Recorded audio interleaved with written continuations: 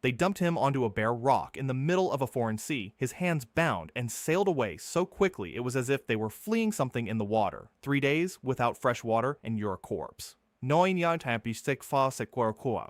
Daniel Han sits down on the black rocks and starts counting Mori. Then a wave washes a barrel of fresh water to his feet. One that hadn't been here. Just a second wasn't there a second ago. But let's go back.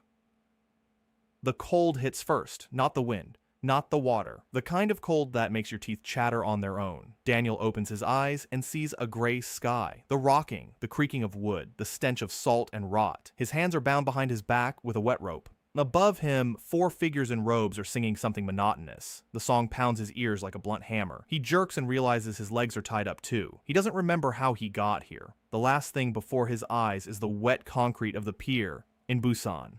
The smell of cheap soju, slippery soles, and then darkness, and this. A boat, ropes, strangers' voices, in a language he's never heard before. And this is where the strangest part begins. He understands them, every word. They're singing about the sea's judgment, about how the waves will take the sinner and pass judgment, about how the gods watch through the foam. Daniel Han, 31 years old, the former chief logistics engineer of South Korea's largest shipping company, lies at the bottom of a strange boat in a strange world, thinking one thing. The knots are tied poorly. Any dock worker in Busan could have done better. The boat's bow crashes into something hard. The rocking stops. 2 men yank him by the shoulders and toss him out. Black, wet rocks under his bare feet. The wind hits his face so hard it takes his breath away. A guard cuts the rope around his legs. The second one pushes him in the back. Daniel takes 3 steps and falls to his knees. The stones tear at his skin. He turns around. The guards are already pushing the boat away with their oars. Quickly. Hastily. As if someone were reaching out for them from the water. The scarlet sail catches the wind, and the boat drifts away. No one looks back. The scarlet triangle fades on the horizon, and Daniel sits on the bare rocks with his hands bound, listening to the seagulls. Not a sound. He is alone. Panic rises to his throat.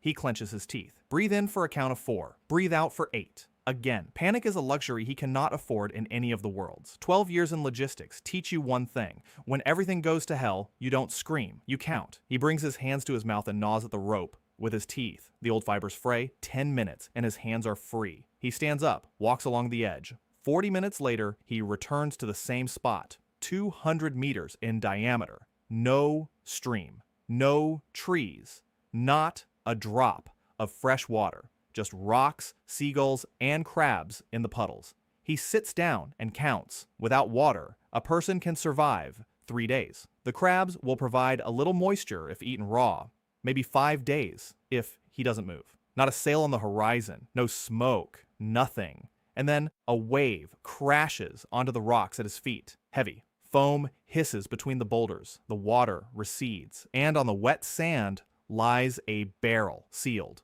with a seal. An eagle with 2 swords and a crown above, imperial. The word comes to him as if he'd always known it. He grabs the barrel, heavy, 15 liters. He knocks the cork out with a stone, sniffs, water. Clean, fresh water, like from a mountain stream. He drinks, then he straightens up and looks at the empty gray sea. Not a sail in sight, not an island, just a barrel with an imperial seal that wasn't here a second ago. He speaks aloud, quietly and slowly. Now this is interesting. He spends the rest of the day scouting. Now that he has water, he can move. The island isn't just a rock, and in the center is a hollow, sheltered from the wind. Between 2 boulders is a crevice where he can lie down and hide from the wind. He counts his steps. He memorizes the shape of the shore. He notes where the waves crash harder and where they roll in gently. 12 years in the port have taught him to look at any land as if it were a warehouse. Where's the entrance? Where's the exit? Where's the weak spot? By sunset, he knows the island better than his apartment in Seoul. The hollow will become a camp. The crevice, a shelter for sleep. The southern slope for collecting rainwater. He collapses onto a bed of dry seaweed. A barrel nearby. Darkness falls like a curtain. The stars are foreign. Not a single familiar constellation. And this is where what he doesn't notice begins. bish deep beneath the island, so deep that no human could hear it. Something stirs after a long slumber, a quiet hum. Daniel places his palm on the rock. It's warm. He thinks the stone has warmed up during the day. A logical explanation. He closes his eyes, and the island beneath him hums all night, quietly and contentedly, like a cat that has finally waited for its owner. The morning began with a noise. Daniel opened his eyes to the roar of waves crashing against the rocks. Not the usual lapping, but a heavy thud, as if the sea had flung something onto the shore. He climbed out of the crevice and ran to the eastern edge. Planks lay on the rocks, lots of planks, the wreckage of something large, a mast, a piece of hull with traces of paint, barrels, 2 crates, ropes, sailcloth, and a body. A man in leather armor lay face down among the rocks. Daniel walked over and turned him over, a man in his 40s, dead, eyes open, a dog tag on a chain around his neck. The armor was worn but sturdy, an empty scabbard on his belt. Daniel crouched down beside him and closed the dead man's eyes. Then he took the dog tag. A name was engraved on the metal plate, Torrin Wells, 3rd Infantry. Some sort of serial number, numbers, a soldier, Imperial, judging by the mark next to the name. The same eagle as on the barrel. Daniel put the dog tag in his pocket. Then he stood up and began examining the rest. 2 crates turned out to be nailed shut. He pried open the first one with a rock. Nails. Hundreds of nails. Iron. Different sizes. Hand-forged, not stamped. Each one slightly different from the next. Handmade. The second crate. Arrowheads. Bronze. Poorly cast. Half of them with burrs, but the metal's good. Barrels. 1 empty. The second one contained something dark and thick. Daniel sniffed it. Oil. Rancid. Unfit for food. Perfect for a fire. Among the planks, he found a roll of fabric. Silk. Damp. Dree. Traffarable fraud. Avod. Stacks but die Gustap Flankons. Once she will be of horror wave. So it's imported, probably from some southern duchy. Daniel spread it out on the rocks to dry. The ropes were of varying thicknesses. Some had rotted, some were still sturdy. The canvas was heavy and thick. 2 pieces each joltry White free. Solchi Savers Rojors Ranjam. Bound Zoe Zofo 4 railroads war be modded der auto urzers. Daniel stood in the middle of this chaos and did what he always did. He counted, classifying, sorting into categories in his head, building materials, 23 planks, 14 of them intact. About 300 nails, by eye, 40 meters of usable rope, 2 pieces of canvas, weapons, 80 arrowheads, fuel and supplies, 10 liters of rancid oil, 1 roll of silk, valuable, 1 token, 1 piece of armor. At the bottom of Busan Harbor, he would have looked at this pile and asked, Orla tired, Ojos now in Waikia.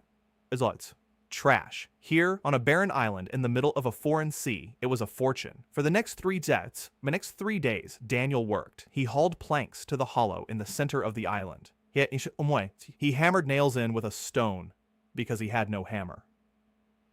He broke 2 fingers on his left hand. He wrapped them in a strip of silk and carried on. From 14 whole planks and some canvas, he built a shelter over the crevice. Not a house. Well, not a shed either. Just a roof over his head, but a roof that kept out the wind and channeled rainwater into a groove carved into the rock. He dug the groove with a fragment of the dead man's armor. The water flowed into a barrel. And then, an oranzandan. Afronans guming trains. I agreed omra per havelastel, and let's have 4, towai. And he spriggy the war. Albeit, Perezua had placed at the lowest point of the hollow. And the first rain fell on the second day. The barrel was a third full. Daniel sat down nearby and watched the water, fresh, clean, free. In Seoul, a liter of water in a store cost 801. Here, it cost him 2 broken fingers and half a day's work. Not a bad exchange rate. On the 4th day, the sea brought more. Daniel was already waiting. He woke up before dawn and sat on the eastern shore. A wave washed 14 crossbows onto the rocks. At first, he didn't believe it. He counted them. 14. All of them were broken. Some had cracked stocks. Others had snapped strings. Still others had jammed mechanisms. But the spring assemblies on 9 of the 14 were of the same design. Daniel sat down on a rock and stared silently at the pile for 2 hours. Then he began to take them apart. He removed every spring mechanism. He checked every part. He sorted them. Working ones to the right, damaged ones to the left, the hopeless ones in a separate pile for spare parts. Of the 9 identical mechanisms, 3 were in perfect condition. 2 more could be repaired using parts from the Frort Forbar Ogi Warch, Koriga Stonsergen, or Dorios and Iwan, Nizam Martintiz. He carved the stocks from the sturdiest planks using a knife fragment he'd found in a dead man's armor. He wove the strings from fibers of rope. By the end of the day, he had 3 working crossbows. Not perfect, but they fired. He tested each one. He made the bolts from nails tied to sticks. Rough, but from 20 paces away, it hit a stone the size of a head. From the remaining parts, he assembled a spring-loaded trap, a rope snare. The crossbow was secured between stones. Whoever stepped on the rope would get a bolt in the leg. Daniel set the trap on the path from the eastern shore to the camp. Then first is 9 in defense. I didn't yet know who he was defending against. But 12 years in logistics. Teach you one more thing. A warehouse without guards isn't a warehouse. It's a gift. On the 5th day, he did one more thing. He took a flat stone. Using a nail fragment, he scratched lines into it, vertical and horizontal. A table. On the left, categories. Water, food, weapons, materials, tools, miscellaneous. On the right, quantity and date received. He filled in the first rows. 1 barrel of water. Day 1. 23 planks. Day 2. 300 nails. Day 2. And so on. 87 items in 5 days. Daniel looked at that stone with the table and felt something akin to peace. It was familiar. This was what he knew how to do. Chaos turned into a system. Namamon be them on shod more in an hour marked stress of mamo de omar fives. Averef unso Dorensen Roman hours. Masti alfi ovi corfon added upra. One joy to not be in Mimo and Thor Posbersen. Above Panaxo for Mandich House icons. Will Calquins and Waves skis are feed them without sip on your rouse. A picture emerged from the rows. And the picture told him a simple thing. The island was feeding him, not by chance, not in small bits, but generously and regularly. Every morning, the sea brought something new, as if somewhere far beyond the horizon, someone were dumping entire warehouses into the water, and the current carried it all here, right here, to this rock in the middle of the ocean. Daniel didn't yet know why, but he already knew it wasn't a coincidence. A coincidence is a single barrel. 87 items over 5 days is a system, and a system always has a reason. On the 6th day, he got up before dawn. He went out onto the shore. The sea was calm. Another gift lay on the sand. A roll of soggy parchment, an ink well, broken, but with some ink left, and 3 goose quills. Daniel picked up a quill and twirled it between his fingers. Slender, light, a sharp tip. He dried the parchment in the wind. He diluted the remaining ink with rainwater. He sat down on a rock and began to write. Not a letter, not a diary, a register, a real one, with categories, with dates, with sources of origin, with notes on the condition of each item. The first line of the first page, token. Torrenvels, 3rd Infantry. The Castellan Empire, deceased, found on the 2nd day, buried under rocks on the northern shore. Daniel Kahn didn't know he was the first person in this world to keep an inventory. A real, complete, systematic one. He didn't know that in 3 months this register would become the most dangerous document on the continent. Because the debris that the sea told a story. Every token represented someone's regiment. Every brand represented someone's workshop. Every cargo represented someone and someone's convoy.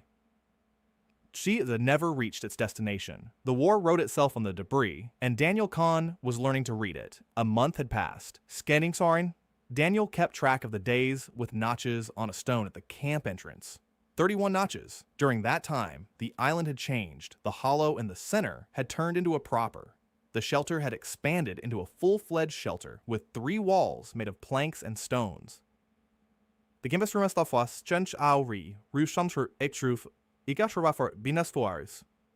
withstood even heavy downpours. The water collection system worked reliably. 3 grooves carved into the stone converged on a large barrel. In a month, he hadn't felt thirsty once. Next to the shelter stood a workbench. A flat stone on two supports. Tools lay on it. Most of them had come from the sea. A hammer, pliers, two knives, a saw with a broken tooth, a file. The set of tools was random and incomplete, but Daniel worked with what he had. In the port of Boshan, he once repaired a gantry crane with a piece of wire and electrical tape. Here the scale was different, but the principle was the same. 3 barrels stood against the right wall of the shelter. Water, salted fish, crab meat dried in the wind. There was enough food, no luxury, but hunger receded in the second week when he wove a fish trap from ropes and found a spot off the southern shore where schools of fish in the mornings. The register now took up 4 sheets of parchment covered in small handwriting. 312 entries. Daniel reread it every evening. Patterns emerged like a design on an old coin. Most of the wreckage bore imperial markings. The Empire of Castellan, the Eastern Fleet, Rashwam, or Foyan, Desharinto, my flash, Asboit Barren, Asa Winter Infantry, the Sassiclaver, the Affinich, and the 7th Supply. Dejer, the 12th Engineering, military cargo. Someone, somewhere, was losing ships and supply trains with frightening regularity, but there were other marks as well, northern ones. Rough runes on leather and wood, southern ones, fine engravings on copper, trade leagues, guild seals, smugglers, private vessels. The sea collected tribute from across the continent and carried it to Kaersan. Daniel had already begun to draw a map, not a geographical one. He didn't know what the continent looked like. A map of connections, who was at war with whom, who supplied whom, where certain resources went, and where they didn't reach. On the 32nd day, everything changed. Daniel stood on the eastern shore and looked out at the sea. Morning inspection. A ritual. Every morning, he walked along the shore and gathered what the night's waves had brought in. That morning, the waves brought in a piece of wreckage. A large one. A section of a ship's hull about 5 meters long. The planks were broken, but it was clear the vessel had been a warship. There was a red stripe on the wreckage and the remains of a name. 3 letters. Yaster. Part of some word. And a person was lying on the wreckage. At first, Daniel thought it was just another corpse. He stepped closer. The person was breathing. A woman. Young, she was lying on her side, her left hand pressed to her chest. Her right hand was clenched around a plank so tightly that her knuckles had turned white. A uniform, military, dark blue with silver insignia. One epaulette was torn off. Her hair was short, wet, and dark. Something was very wrong with her left leg below the knee. A bone was sticking through the fabric of her pant leg, an open fracture. Blood was still flowing. She was alive, but if nothing was done, she would die. Soon. Daniel didn't hesitate. He pulled her off the debris and carried her to the camp in his arms. She was light. Too light for a person in a military uniform. Halfway there, she opened her eyes. Gray, clouded with pain. She looked at him and uttered 3 words. A title, a rank, a name. Lieutenant Syra Vane, Silverhawk. Then she lost consciousness again. Daniel laid her on a bed of dry seaweed in the shelter. He examined her leg, an open fracture of the tibia, ragged edges of the wound, dirt, seawater in the wound, no antibiotics, no anesthesia, no surgical instruments. In Seoul, an ambulance would have arrived in 7 minutes. Here, he was on his own, rocks, and a supply list of 312 items. Daniel opened the list. Item 104. EOS alcohol solution, half a bottle, on the 19th day at sea. Item 213, linen bandages, 1 roll by Imperial Medical Kit, partially stocked, the 26th day. Item 71, thin boards, suitable for splints. He gathered everything he needed in 10 minutes. He cleaned the wound with alcohol. She screamed in a daze. He set the bone, applied a splint, wrapped it in bandages. His hands were shaking. He had never done this before, but he had seen it done. First aid courses at the shipyard, mandatory for all engineers. He memorized everything. Always. An engineer's habit. Information is never superfluous. Sarah Vane slept for 2 days. Daniel changed the bandages every 6 hours. He cleaned up the wound and he monitored her temperature by placing his palm on her forehead. The fever set in by evening on the first day. High. She was delirious. Calling someone by name. Captain Morrow, the crew. She repeated the same thing over and over. An order, A report. I have to make it to shore. Daniel sat beside her, giving her sips of water. He pressed a damp cloth to her forehead. The log suggested another entry. 189. Unidentified herbal mixture. Smelled like mint. Day 23. He had no idea what kind of herbs they were, but the smell was medicinal. He brewed a handful in hot water over the coals, gave it to her to drink. By the morning of the second day, the fever began to subside. On the third day, she opened her eyes, clear this time, gray and cold as stones on the shore. She looked at the canvas ceiling, at the plank walls, at the barrels in the corner, at Daniel, who was sitting at the workbench, sharpening arrowheads with a file. She asked where she was. Daniel answered without turning around. Kaersan Island, the Sea of Relics. She said nothing. Then she asked who he was. He replied that his name was Daniel Kahn and that he was an engineer. She asked what an engineer was. He thought for a second and said it was a person who fixed broken things. She looked at her leg in the splints and bandages, then back at him. Then she said that her ship had been sunk, that the crew was dead.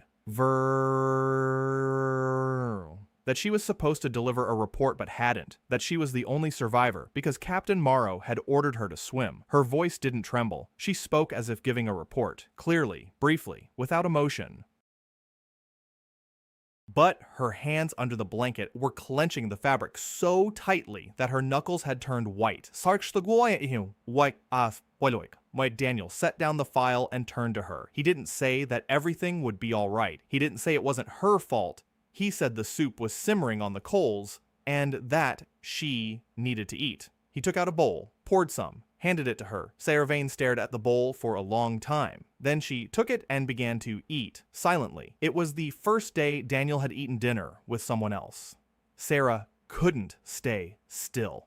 On the 5th day after she woke up, she tried to stand. Daniel heard a crash and found her on the floor of the shelter. She had fallen. Her leg wouldn't hold her. Sarah sat on the rocks and looked at her bandaged and leg with an expression as if it had betrayed her. Daniel helped her up and sat her back down. He said the bone would heal in 6 weeks if she didn't get up. Sarah replied that in 6 weeks, she'd go crazy. Daniel thought for a moment and brought her a file and a box of bronze tips. He said half of them had burrs and that he needed her help. Sarah took a tip and twirled it between her fingers. She looked at the burr.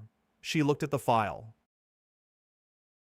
To work. By evening, she had finished 40 pieces, exactly, neatly, with military precision. Daniel checked each one, not a single defect. He told her so. She didn't smile, but she straightened up ever so slightly, an officer's bearing, even while sitting on the floor. For the next 2 weeks, they worked together, Sarah sitting, Daniel on his. He brought her assignments every morning. Tips, ropes for sorting, rivets for checking, fabric for cutting. She did everything quickly and accurately. They hardly spoke.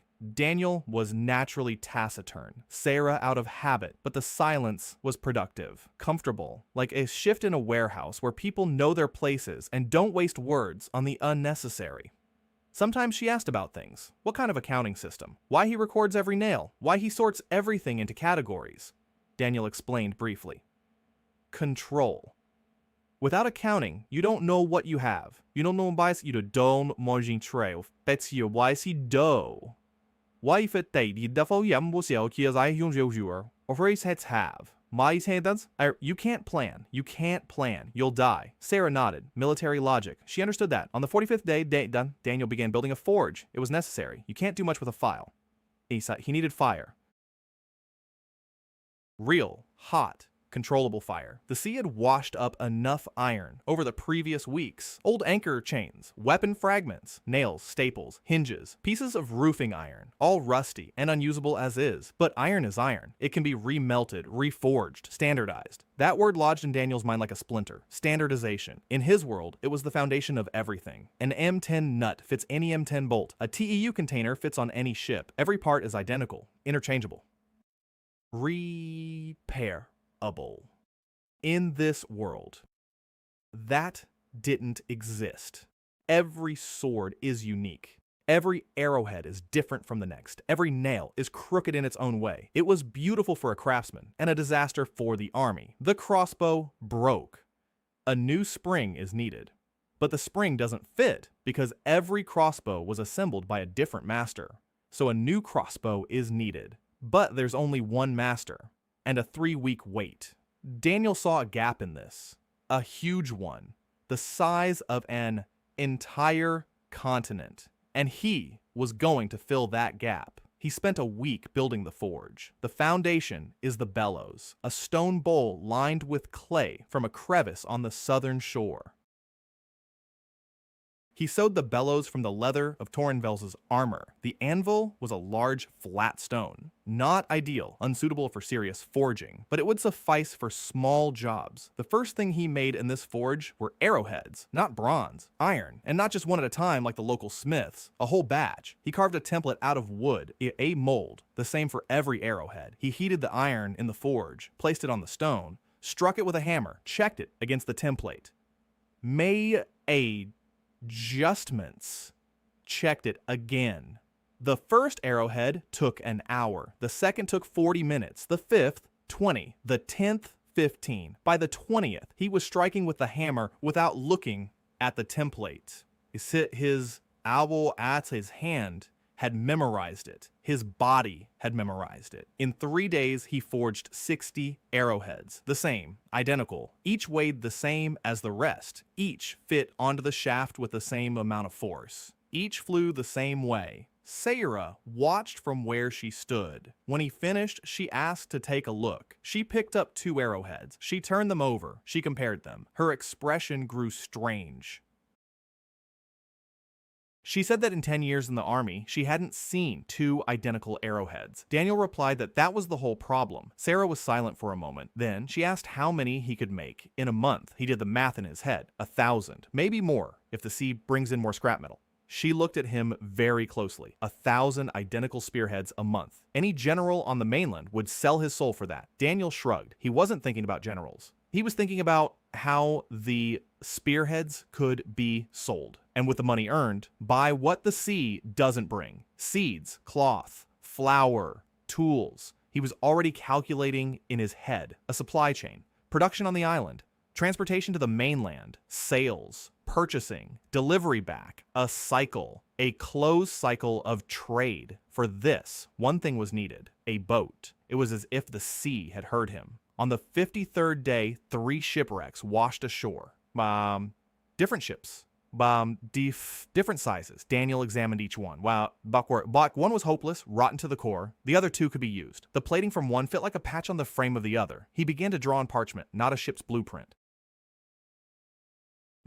He wasn't a shipbuilder, but he remembered the basics. Length and width, proportions, where to place the mast, how to calculate the draft. A seminar on marine engineering at a conference in Singapore 2 years ago, or a lifetime ago. He'd only half listened back then. He'd been thinking about how to optimize tanker routes, but he remembered everything, every detail, every principle, an engineer's mind, a curse and a salvation. He started building a boat, not a ship, a boat.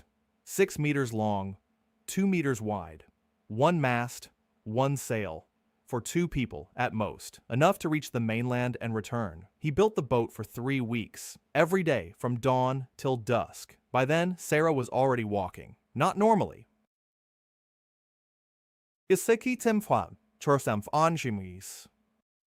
Leaning on a crutch that Daniel had carved from a piece of the broken mast. But she was walking. She stood nearby and handed him tools. Sometimes she held a plank steady while he nailed it down. Sometimes she silently pointed out a mistake. And she knew ships. 10 years in the Navy.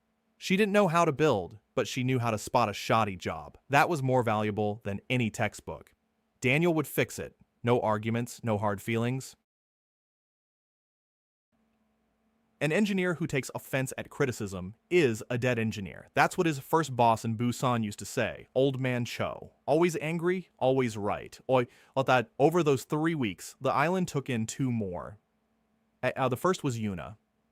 And on the 48th day, the current washed the remains of a smuggling vessel onto the reefs off the southern shore. Small, rotten, with a hole in the hull. Daniel found her in the hold, tied to a cleat, unconscious, small, thin, a sunburned cheek, rope marks on her wrists. Old marks, not from the storm. She had been tied up many times, regularly. He cut the rope and carried her ashore. She weighed as much as a child. Later, when she came to, she didn't speak. She looked at Daniel with huge dark eyes and remained silent. Sarah approached first. She crouched down beside her. She spoke softly, in a commanding voice, but gentle, as if to a wounded soldier. The girl identified herself by a number. 17. Sarah exchanged a glance with Daniel. He understood? A slave. She wasn't entitled to a name.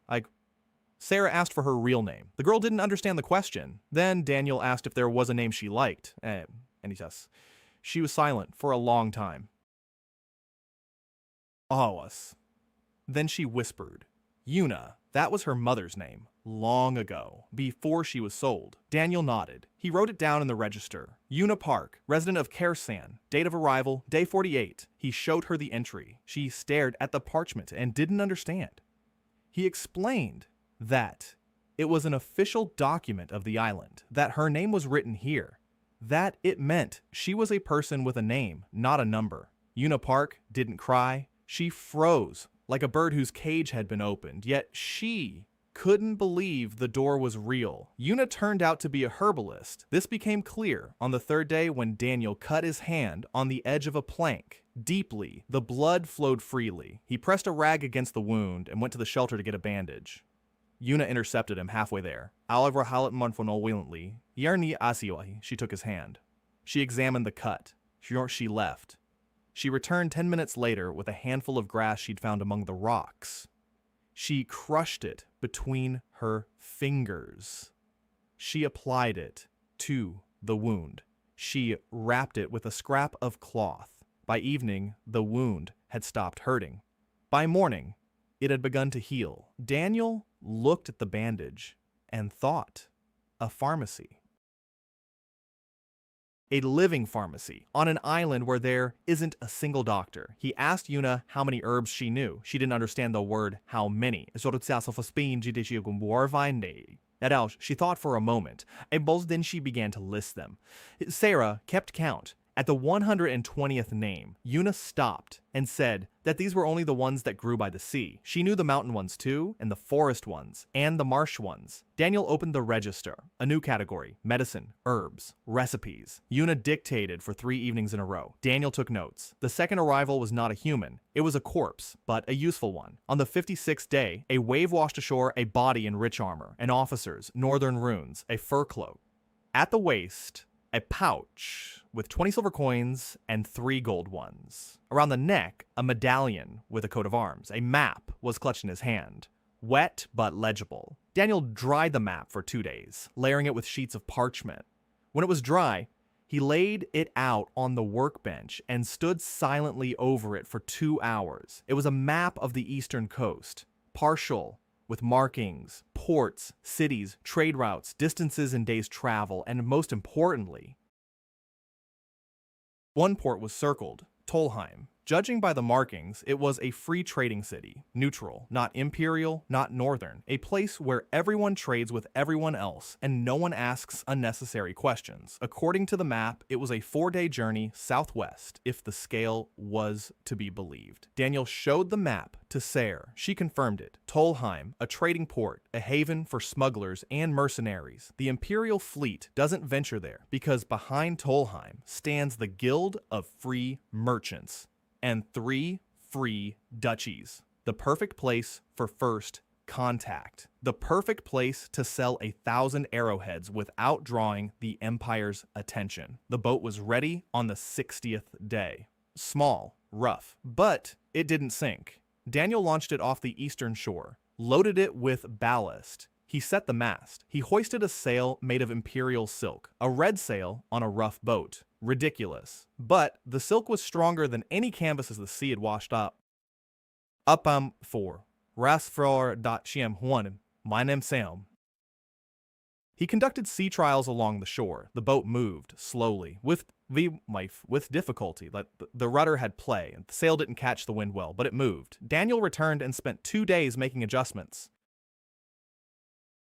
He tightened the rudder. He re-sewed the sail. He added a keel made from a piece of anchor chain. It got better. Now he needed a plan. He couldn't sail alone. Sarah couldn't with her leg. Yuna was afraid of water. That meant he needed someone on the mainland, a contact, a middleman, someone he could trust with the goods and who would bring back what was needed. Daniel sat on the shore and thought. In Busan, such matters were handled through agents, through trusted people who worked for a cut. Here, he had no one, just a corpse with a map and 20 silver coins. He made a decision. He would sail alone, by himself. 4 days to Tolheim, 4 days there. A day on site, 4 back, 9 days. Sarah said it was madness. Alone in a homemade boat across the Sea of Relics. Daniel replied that he had a map and a compass. He'd made the compass himself from a magnetized nail on a cork in a cup of water. Sarah looked at the compass and told him he was an idiot. Daniel replied that this wasn't the first time he'd been told that. He loaded the boat. 600 arrowheads in 4 bags. 20 silver coins for expenses. A map. Water for 10 days, dried fish. He hugged Sarah. She didn't hug him back. She just stood there on her crutch and watched. Then she told him to come back. She didn't ask, she ordered in a lieutenant's voice. Daniel smiled and pushed the boat away from the shore. 4 days on the open sea were the worst of his life.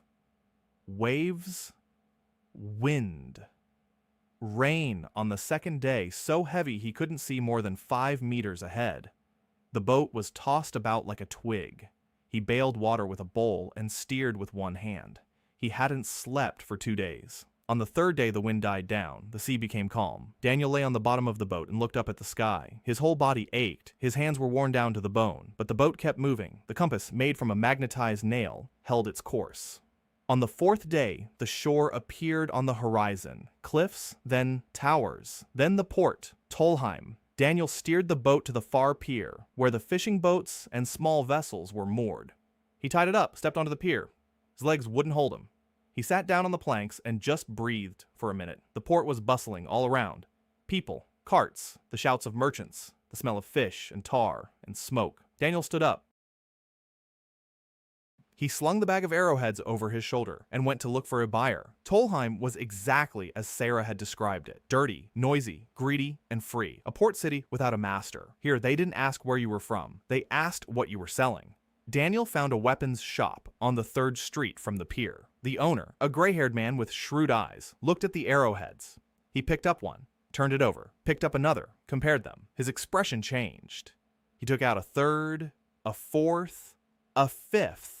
All identical. He looked up at Daniel, asked where he'd gotten them. Daniel replied that he made them himself. The shopkeeper paused. Then he named a price.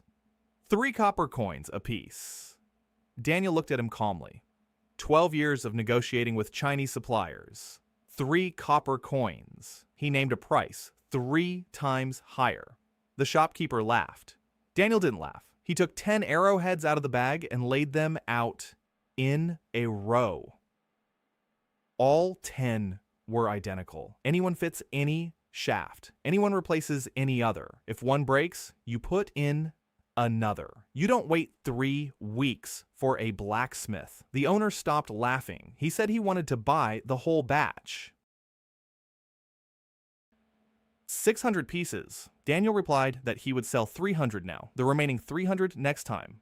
If the owner finds him a permanent middleman, a man with a boat, who will pick up the goods at the agreed-upon location and bring back the proceeds. The owner narrowed his eyes. He asked why Daniel didn't want to transport them himself. Daniel replied that he had more important things to do. The owner thought for a moment. Then he named a name. Mason Reed, a trader, a middleman, reliable, doesn't ask questions, owns a schooner. Mason Reed came to the shop an hour later. Tall, reddish-haired, calm eyes, a sailor's hands. He looked at the tips, looked at Daniel, asked one thing. How much can you make a month?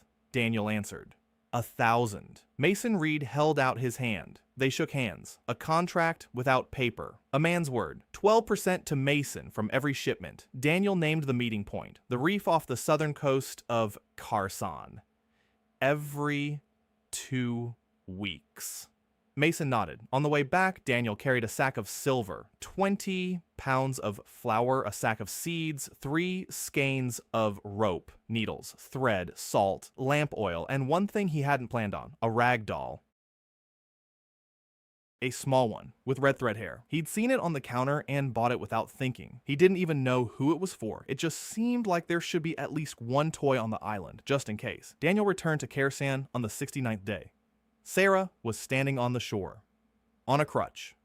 The wind ruffled her short hair. Her face was stony. She didn't smile when the boat bumped against the rocks. She simply said he was 2 days late.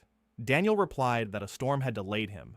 Sarah said that if he sailed away without warning again, she would personally break his other leg. He looked at her bandaged leg and said she'd chosen her threat poorly. Sarah turned away, but her shoulders relaxed slightly. She had been waiting. She had waited 9 days on the shore, and she was angry, not because he had sailed away, but because she was afraid he wouldn't return. Daniel understood that. He said nothing. He began unloading the boat. Yuna stood at a distance, silent, like a shadow. She looked at the sacks and barrels with an expression as if she couldn't believe it was all real. When Daniel pulled out a sack of flour, she came closer. She touched it. She sniffed it. Then she looked at him. He understood the question. He said the flour was for bread and that if she knew how to bake, the kitchen was hers. Yuna didn't know how to bake. She had never cooked for herself in her life. She cooked for her employers, on command, following a recipe they dictated to her, but never for herself. Daniel said that now she would cook for the family. Yuna repeated the word with her lips alone. Family. As if she were tasting something unfamiliar. For the next 2 weeks, Daniel rebuilt the camp. With flour and seeds, the tasks changed. They needed an oven. They needed a vegetable garden. They needed a food storage area. He worked 18 hours a day. Sarah helped as best she could. Her leg was healing slowly. She walked with a crutch, but without pain. Yuna found a spot among the rocks on the southern slope where enough soil had accumulated for garden beds. A thin layer, about 20 centimeters. But it was enough for her. She mixed the soil with seaweed and ash from the forge. She planted the seeds. A week later, the first sprouts appeared. Yuna sat next to the garden bed and watched the green dots in the black soil. Daniel walked by and saw that she was smiling. For the first time ever, he didn't stop. He didn't say anything. He just remembered. On the 78th day, Mason Reed arrived at the reef right on schedule. Daniel took a boat out to the meeting spot. Mason brought the money for the first shipment and a list of orders. The arrowheads had sold out in 3 days. The merchants wanted more. A lot more. Mason said demand was huge. Armies were at war. Arrows were being used by the thousands every day.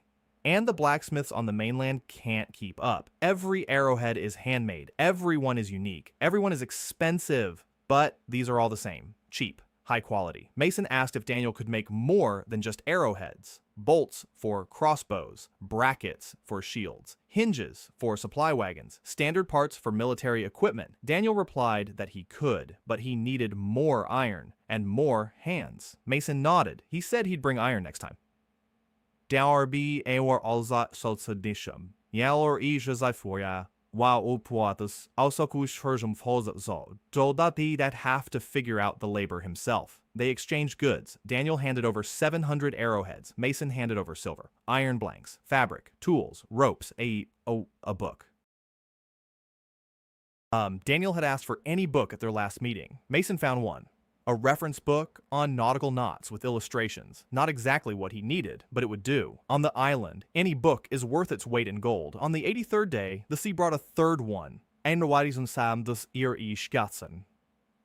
Golden.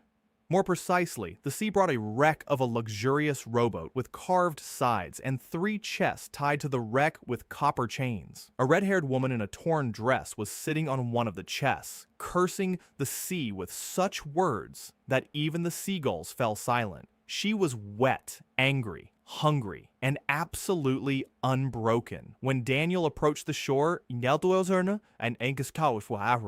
She looked at him with a assessing gaze, from top to bottom. Even though she was sitting lower, she asked who he was and whether this island belonged to him. Daniel replied that it did. She asked on what grounds. He replied that it was on the grounds that he was here first. She snorted and said that being first was not a legal basis for ownership of the territory. For the first time in 3 months, Daniel laughed. For real, out loud. Ira Golden, former court treasurer to the Duke of Limna, she fled when the Duke was overthrown.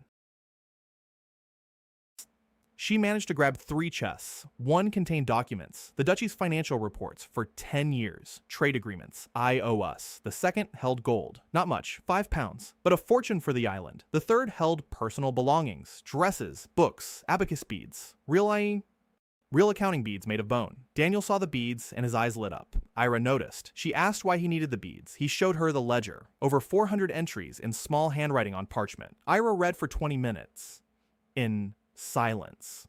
Then she looked up and said the bookkeeping wasn't bad for an amateur, but the categorization system was terrible. And there was no classification of assets by liquidity, no depreciation, and no cost accounting. Daniel sat down next to her. They talked until nightfall. By morning, the ledger had been rewritten from scratch, with a new structure, with columns that hadn't been there before. Unit cost, market value, depreciation, liquidity, source, date of arrival, date of use, status. Daniel looked at the new ledger and felt what a mechanic feels when an old engine has finally been overhauled and runs like clockwork. Ira looked at him and tried to understand.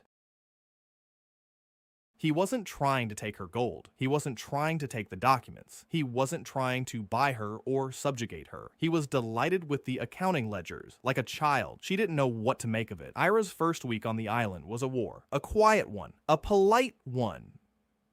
But a war nonetheless. She scrutinized every decision Daniel made. She challenged the prices at which he sold the arrowheads. She said that Mason Reed was taking too large a cut, that they needed to find a second middleman to create competition, that the gold shouldn't be stored in a barrel, it should be buried, that the camp was inefficiently situated relative to the shore. Sarah seethed in silence. Una hid. Daniel listened. He notes after Rouse. Beatidrosaferdadonks and for 9 wrists, Indros. And on the third day, and the Satin Thaos in the evening, he sat down across from Ira and said one thing, that she was right on 7 out of 12 points, that he disagreed on 3, and here's why, that 2 needed to be checked, and that he needed a CFO. Ira fell silent. No one in her life had ever told her she was right on 7 points. Usually, they told her to shut up, or they'd use her calculations and put their own name on them. She asked what the conditions were. Daniel said there was only one condition. Kaersan is a home, not an office. No one here belongs to anyone else. She works because she wants to. She leaves when she wants to. Ira was silent for a long time. Then she said the condition was stupid and that she was staying. The 4th month on Kaersan began with a storm. For 3 days, the wind howled so hard the rocks shook. Waves crashed over the cliffs on the eastern shore and reached the camp. Daniel and Sarah were reinforcing the walls. Una saved the garden beds. Ira cursed and clutched the chest of documents to her chest. The canopy held. The walls held. The drainage system didn't. One ditch was washed out. A barrel was overturned. Daniel fixed everything the day after the Torintrum. But he realized that the camp in the hollow was no longer suitable. There were 4 of them. Soon there would be more. They needed a real house, a stone one, with a foundation, with a roof the wind couldn't tear off. There was plenty of stone on the island. It was the only thing there had been plenty of from the very beginning. Daniel began to build. Not a shed, not a shelter. A house. He chose a spot on the western slope. sheltered from the east wind by a rock above the level of storm waves, near the smithy. The foundation was made of flat stones laid without mortar. The walls were made of larger stones. The gaps were filled with clay from the southern shore. The ceiling was made of the thickest planks they could find. The roof was 2 layers of canvas, coated with oil to make it waterproof. 1 room, a large one, 4 by 6 meters, a hearth in the corner, a stone chimney, a door made of planks on leather hinges, 4 beds along the walls, a shelf for the register and books. He built it in 2 weeks. Sarah hauled stones. Her leg allowed her to walk without a crutch, though she still limped. Yuna cooked and tended to all 3 of their chafed hands. Ira, ahauer ahiter all irofokir sashri. Ira kept track of the materials and argued with Daniel about the door's location. She wanted the door to face south. He wanted it facing west. He won. He had arguments about wind load. She had arguments about the morning sunfilm, the morning sun. Wind load won out over the sun. Ira remembered this and reminded him whenever she had the chance. On the 100th day, they moved in, 4 of them in 1 room, cramped but warm. Yuna cooked a stew of fish and herbs. Ira arranged her books on the shelf. Sarah hung Tornvels's token on the wall, the first dead man, to remember. Daniel sat by the hearth and entered a new entry into the register. House, residential, stone, 4 by 6, capacity 4, completion date, the 100th day, status, occupied. He put down a period and looked at the fire. His hands ached, his back ached, every finger was worn down to calluses, but the room was warm. It smelled of soup and smoke and a hint of Yuna's herbs. The sea roared beyond the wall. Inside, it was quiet. Daniel closed his eyes and realized that for the first time in his entire life, in both worlds, he felt at home. On the 105th day, the 4th one arrived. Meyer Lee. She had sailed in alone, in a stolen church boat with a white sail and the symbol of the bright hand. The small boat approached the reefs at dawn. Daniel saw her from the shore, a white sail amid the gray waves, like a flag. The boat ran aground on the southern shore. A girl stepped out of it, not very tall, dark hair down to her shoulders, an Asian face, not local, church clothes, a white dress, a gray hooded cloak, a wooden symbol of the hand around her neck.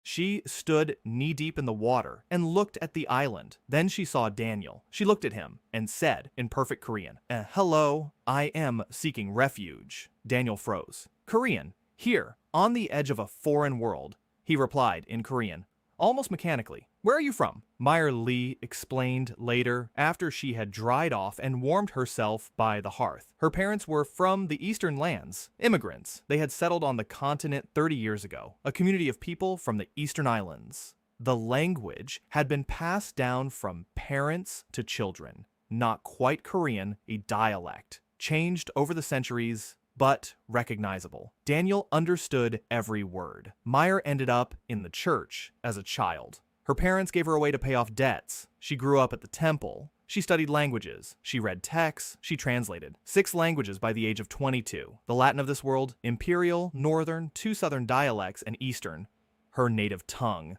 The church was preparing her for the rite of the Holy Bride. Meyer learned what that really meant. Not a wedding, a sacrifice. The girl is drowned in a sacred spring on the winter solstice. To purify the world of sins, Meyer stole a boat at night and set out to sea, without a map, without food, with a single prayer she didn't finish reading because she stopped believing halfway through. Meyer changed everything, not by force, not by survival skills, by knowledge. She read ancient texts. She knew history. She knew politics. She knew who was at odds with whom and why. She knew more about the Long War than Sarah, who had fought in it. Daniel spent his first evening with her by the fireplace. Asking questions and writing down the answers. By morning, he knew more about the continent of Erwin than he had in the previous 3 months. The 7 kingdoms, the vast and in decline. Regent Warren Delacroix rules on behalf of the child emperor. The northern clans are preparing an invasion. The trade leagues blackmail everyone. The Church of the Bright Hand controls superstition and fear. The Sea of Relics is considered cursed. Kaersan is marked on maps as a dead zone. a place where the condemned are sent. No one has ever returned alive. Until him. Meyer said this quietly. No one has ever returned, yet he has lived here for 100 days, and he builds, and he trades.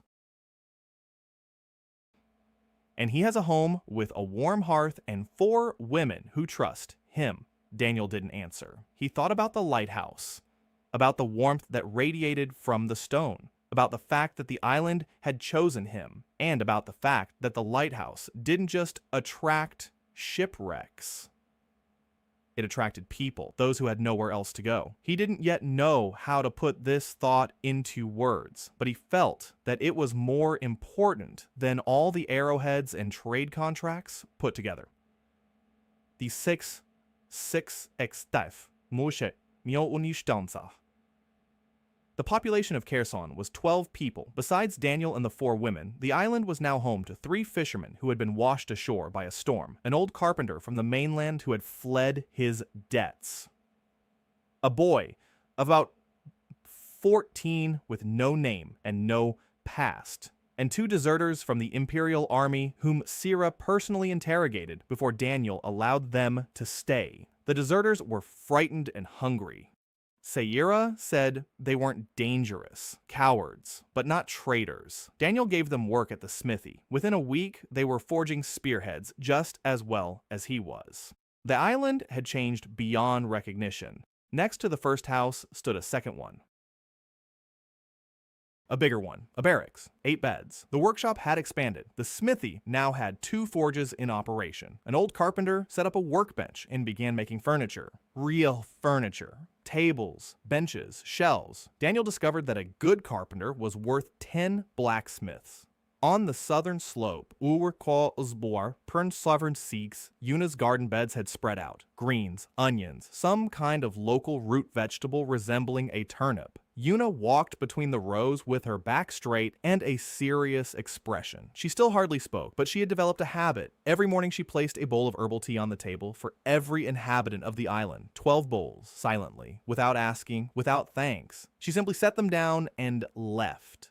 Daniel drank his tea every morning, bitter, with a minty aftertaste. Perfect. The windmill was Daniel's idea and a nightmare to build. He remembered the principle. Blades, a shaft, millstones, a transmission mechanism. Simple physics. Scissors. But building it out of stones and rubble was another matter. 3 attempts. The first shaft broke. The second wouldn't turn. The third worked, but creaked so loudly that the seagulls flew to the other end of the island. Daniel spent 2 days lubricating and adjusting it. The 4th attempt. The blades caught the wind. The shaft turned. The millstones ground. Flour poured into the waiting sack. Coarse, with stone dust, but flour, his own, from the grain Mason had brought. Yuna baked the first loaf that very evening. On a stone by the hearth, flat, gray, stiff. Daniel took a bite and chewed for a long time. It was the best bread of his life. Not in taste, in meaning, their own bread, from their own flour, on their own island. The smokehouse appeared a week after the mill. Simple, a stone chamber with a chimney and a grate. Fish, poultry. Yuna added herbs to the sawdust for smoking, and each batch smelled different. Juniper, mint. Something spicy with no name. Food ceased to be a matter of survival and became a matter of taste. Daniel noticed that this had changed people. When you think only about how not to starve to death, you don't think about anything else. When there is food and it is tasty, space opens up in your mind for other things, for plans, for conversations, for laughter. The fishermen started joking over dinner. The boy started smiling. The deserters stopped flinching at every sound. Daniel built the lighthouse at the highest point on the island, 7 meters, a stone tower, narrow, and with that but the platform at the top, a fire in a copper bowl, a reflector made of polished copper sheet that the sea had washed ashore a month ago. Not a Fresnel lens, that would require glass and precise grinding. But the copper reflector produced a focused beam, visible for miles on a clear night. The lighthouse burned every night. Daniel set up watch shifts, 2-hour shifts. Every resident took turns. Except for Yuna. She was afraid of heights. The lighthouse changed everything. It was a signal, not for ships, for the world. People live here. There is light here. This is home. On the 170th day, Mason Reed brought news. bad news. Rumors were spreading. Someone on the mainland had noticed. The weapons were too high quality and too cheap. The tips were identical. That doesn't happen. Blacksmiths can't work like that. Merchants were whispering, where did the goods come from? Who makes them? Where's the workshop? Mason said the cover was holding for now. He sold through 3 different merchants in 3 different cities. He changed the packaging. He changed the stories. But it wouldn't last long. Someone would start digging, and they would find out. Daniel listened in silence. Then he asked Ira how much money was in the account. Ira named the amount. Daniel nodded. Enough. He told Mason he needed a second tier, not one middleman. No, be over Malboys at Blaubos for our runchoweries. Aju wanendo minanasam. Tot ashus and a cowwolves, anguras kikfu is mappersh. The goods come from a different manufacturer. Each one trades in a different region. None of them knows the other two exist. Mason shook his head and said that was difficult. Daniel replied that in Busan, he had managed a chain of 19 middlemen between China and Japan, and none of them knew the full picture. 3 is easy. Mason looked at him with an expression Daniel had never seen on anyone's face before. Not fear, not respect. Surprise. As if Mason had only just begun to realize that he was dealing not with a blacksmith smuggler, but with someone else, someone completely different. That evening, Daniel sat alone atop the lighthouse. He dekar fall lacho to shir free or dekar ayer or out, aldosar shavhar ard borsari source, or the jinswing done, or Chelsea for the seething di nai. 6 months, 12 people, 2 houses, a smithy, a mill, a smokehouse, a lighthouse, a vegetable garden, a pier, you charge your Kaersan, a trade contract, a registry of 600 entries. If someone had told him this on the first day, when he was sitting on the black rocks with his hands tied, he wouldn't have believed it. But it was true. It stood all around him, built by his own hands, and the hands of those whom the sea had brought to him. He thought of Sira, who now walked without a crutch, about Yuna, who set out 12 bowls of tea every morning, about Era, who had been counting on an abacus until midnight yesterday, and grumbling about the rope's wear and tear. About Namira, who taught the boy to read in the evenings. He thought that he had never had a home before. The apartment in Seoul was just a place to live. The office at the port was work, and he had no home. Now he does. A rock in the middle of the cursed sea at the edge of a foreign world, but a home. The wind blew from the west, warm. Daniel went down for dinner. Yuna had cooked a soup with herbs, 12 bowls on the table, all full, all hot. On the 182nd day, the sea brought Han Kim. Daniel found her at dawn. A plank. An ordinary ship's plank, 2 meters long. A girl was lying on the plank. Small, skinny, wet. She was clinging to the wood so tightly her fingers had turned blue. There was no one else on the plank with her, but the plank was big enough for 2. A second set of fingerprints on the edge. Someone had been holding on nearby and let go. Daniel lifted her off the plank and carried her to the house. She didn't open her eyes, didn't move, but she was breathing. Yuna examined her. Dehydration, exhaustion, abrasions all over her body, but nothing broken. Yuna gave her water drop by drop from a damp cloth, wrapped her in a blanket. The girl slept for 2 days. When she woke up, she didn't speak. She opened her eyes, dark, empty. She looked at the ceiling, at the walls, at Yuna, who was sitting nearby, at Daniel, who was standing in the doorway. She didn't say a word. Yuna offered her water. The girl didn't take much more. Yuna left the bowl nearby.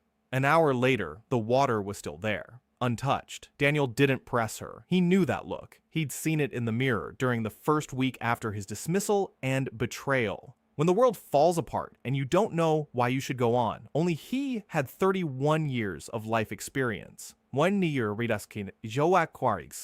And she was 17. Hannah hadn't spoken for 2 weeks. She didn't eat in front of people.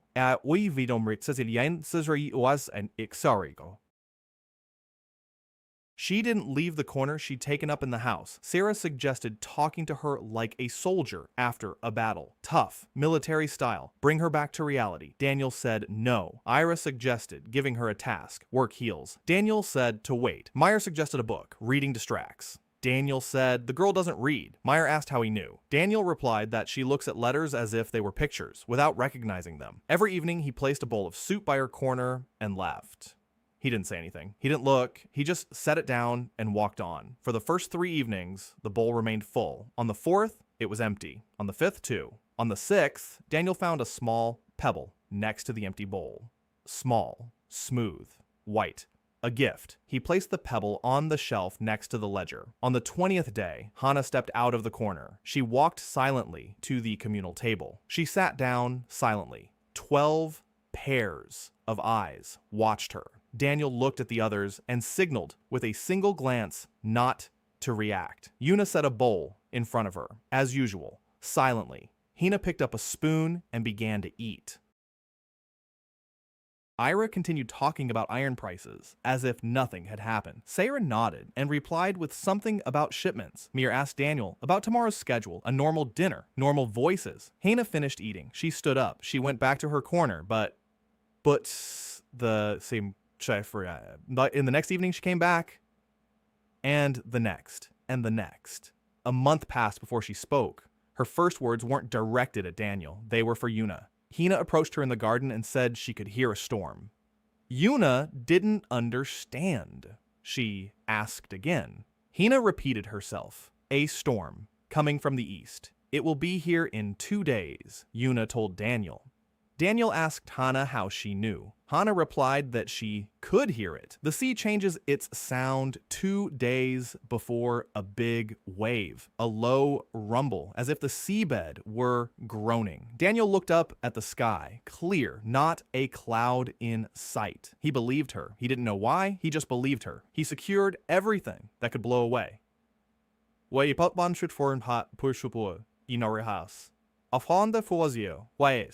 for wines that wasn't for Riston. We tied the boat with a double knot. 2 days later, the storm came. Strong, fierce, 3 days. But they were ready. They lost nothing. When the storm subsided, Daniel found Hana at the top of the lighthouse. She was standing there, listening. The wind ruffled her hair. Her eyes were closed. Her face was calm, calm for the first time. Daniel climbed up to her, stood beside her. Then he said the lighthouse needed a keeper, someone who hears before anyone else, someone you can trust. With the sky. Hana opened her eyes. She looked at him. He said the lighthouse was hers now, her workplace, her tower, her sky. Hana didn't cry, she didn't smile. She just nodded, once, briefly, as if accepting an order. But the hand with which she touched the lighthouse railing rested gently, as if on something alive, as if on her own. Later, Mir told Daniel what she had learned. Hana was an orphan. She lived in a port town on the northern coast. She had a younger brother, 5 years old. When the northern clans attacked the town, Hana grabbed her brother and ran to the pier. There were no boats, only planks from the wrecked pier. She pulled one out. A long one, grabbed her brother, jumped into the water, held him for 3 days. On the 3rd night, a storm. Her brother was too weak, too small. A wave snatched him away. Hina wouldn't let go. She held on, but the boy's fingers opened of their own accord. He went under the water, silently, without a cry. Hina held the plank and screamed his name until morning. Daniel listened. He didn't interrupt. When Meir finished, he was silent for a long time. Then he asked what her brother's name was. Meir said, Theo. Daniel opened the registry. Bansoun, Fan, Baishafu Fan, Ifreo, Fan, Tumbutter. Found the residence page. Wrote, Theo Kim, Hana's brother, lost at sea. We remember. Then he closed the register and went to the lighthouse. Hana was standing there. He showed her the entry. She couldn't read it. He read it aloud. Theo Kim, Hana's brother, lost at sea. We remember. Hana listened. Then she turned toward the sea. Her shoulders trembled. Once. She didn't cry, but something shifted inside her. Something small and heavy that she had carried inside her for 2 months and couldn't let go of or put down. Now there was a place for it. A line in the registry. A name. Written in ink on parchment. Right real, not forgotten, the 8th month, winter, the first winter on Kaersan. The wind had grown colder, the sea had darkened, the waves came heavy and angry. The sky was gray for weeks on end, with no sign of clearing. Daniel knew that winter would be a problem. In the summer, the island was bountiful. Fish came in schools. The garden beds yielded greens. The sea brought debris every day. In the winter, everything slowed down. The fish had gone deep. The vegetable patches froze over. The sea brought in less and less, but it didn't stop. Every week, it washed something ashore. Daniel took notes. He compared them with the summer data. In winter, the flow dropped by half. Not critical, but they needed a plan. He gathered everyone around the hearth that evening. 14 people. 2 new fishermen had arrived last month. Daniel laid the ledger on the table. He opened the supplies page. He showed the numbers. This is how much food. Here's how much firewood. Here's how much iron. Here's how much cloth. It'll last 3 months if we conserve. 2 if we don't. Winter will last 4. So we need 2 more months worth of supplies. He laid out the tasks. The fishermen are switching to deep-sea fishing. It's dangerous, but there's fish there year-round. Yuna is preparing supplies of dried herbs and canning everything she can. The smokehouse is running every day. The forge is switching to night shifts. At night, the wind is stronger and the bellows work better. Mason brings in double the usual amount of grain and oil. Ira is crunching the numbers. Every coin counts. Ira nodded and said she'd already recalculated the budget and that Daniel was 3 days behind her. He looked at her. She raised an eyebrow. He almost smiled. Construction hadn't stopped. Daniel was building a 3rd building, a workshop, a real one, with 2 forges, with a carpenter's bench, with shelves for tools, with a drafting table, stone, wood, canvas on the roof. There were no windows, no glass. But he left an opening in the wall and covered it with oiled cloth. The light was dim but sufficient for work. In the workshop, he began making what he'd been thinking about since the first month. Not spearheads, not staples. A prosthesis. For Sarah. Her leg had healed, crooked. Her left leg was 2 centimeters shorter than her right. The limp had become permanent. Sarah didn't complain. Never. But Daniel saw her wince every 3rd step. He saw her sit down on a rock when she thought no one was watching and massage her knee. He saw her turn away when others ran. He kept quiet. He kept quiet. For 2 months, he measured her healthy leg while she slept 3 times. He wrote down the numbers. Foot length, width, arch height, distance from knee to ankle, angle of flexion. She turned her foot slightly inward, like a sailor on a rocking deck. A habit. 10 years on ships. He had to take that into account. A prosthesis for an office worker and a prosthesis for a naval officer are 2 different things. He spent 3 days choosing it. He went through the entire stock. He found a piece of dense dark wood. Heavy, fine grain, won't rot in water, perfect for a maritime climate. He cut it slowly, with a knife, a file. He sanded it with a stone. The first prototype was ready in a week. A failure. Too stiff. The joint wouldn't bend. The second one. He added a hinge made from a copper sleeve. Better. But around 13 years, the fastening pressed against the stump. The third one. He completely redesigned the fastening system. A leather sleeve grip with a soft wool lining. A hinge with a travel stop. The foot was turned slightly inward, just like hers. 2 centimeters added to the length. Exactly 2. He checked 4 times. On the 15th day of work, was true. Research response was ready. Daniel placed it on the workbench and stared at it for 2 hours. He checked every joint, every bend, every millimeter. Then he called for Sarah. She came in. She saw the prosthesis on the workbench. She stopped. Her face didn't change. An officer's face. Control. Daniel explained the design. He showed her the attachment. He showed her the hinge. He showed her how to put it on. Sarah sat down on the bench and took off the boot from her left foot. Her hands didn't tremble. She put on the prosthesis, tightened the straps, stood up, swayed. Daniel reached out to support her. She pushed his hand away. Stood up on her own, took a step, a second, a third, walked out of the workshop. She walked along the path to the pier, step by step, steady, no limping, no wobbling. Daniel followed behind, silently. He counted her steps. He watched her gait. Her foot landed correctly. The hinge worked. The attachment didn't slip. Sarah reached the pier. She stood at the edge. She looked out at the sea. Daniel approached and stood beside her. He said only one thing, that her gait was the same, that the commander would have recognized her. Sarah turned to him. Her face was the same, stony, officer-like, but her eyes were wet. She turned away. Daniel left. He gave her 20 minutes. When she returned to the house, her eyes were dry. Her back was straight, without a crutch. She sat down at the table and said that the prosthesis needed to be tightened slightly on the left strap. In the lieutenant's voice, Daniel nodded and made a note. That same evening, but a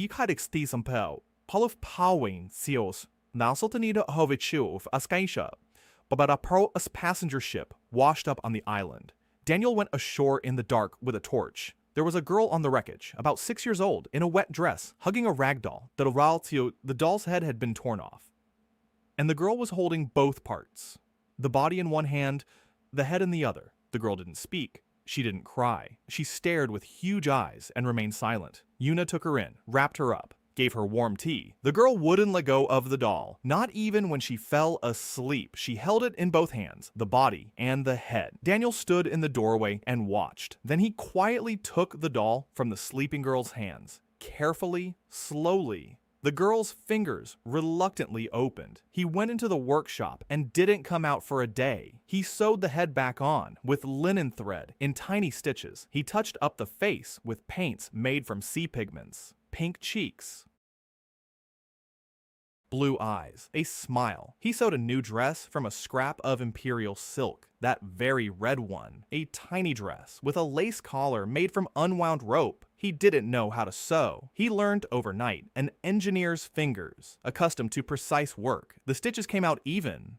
In the morning, he came out of the workshop. The girl was standing in the doorway of the house, looking at him. He silently handed her the doll. The girl looked at the doll, at the head, sewn on, at the new face, at the red dress.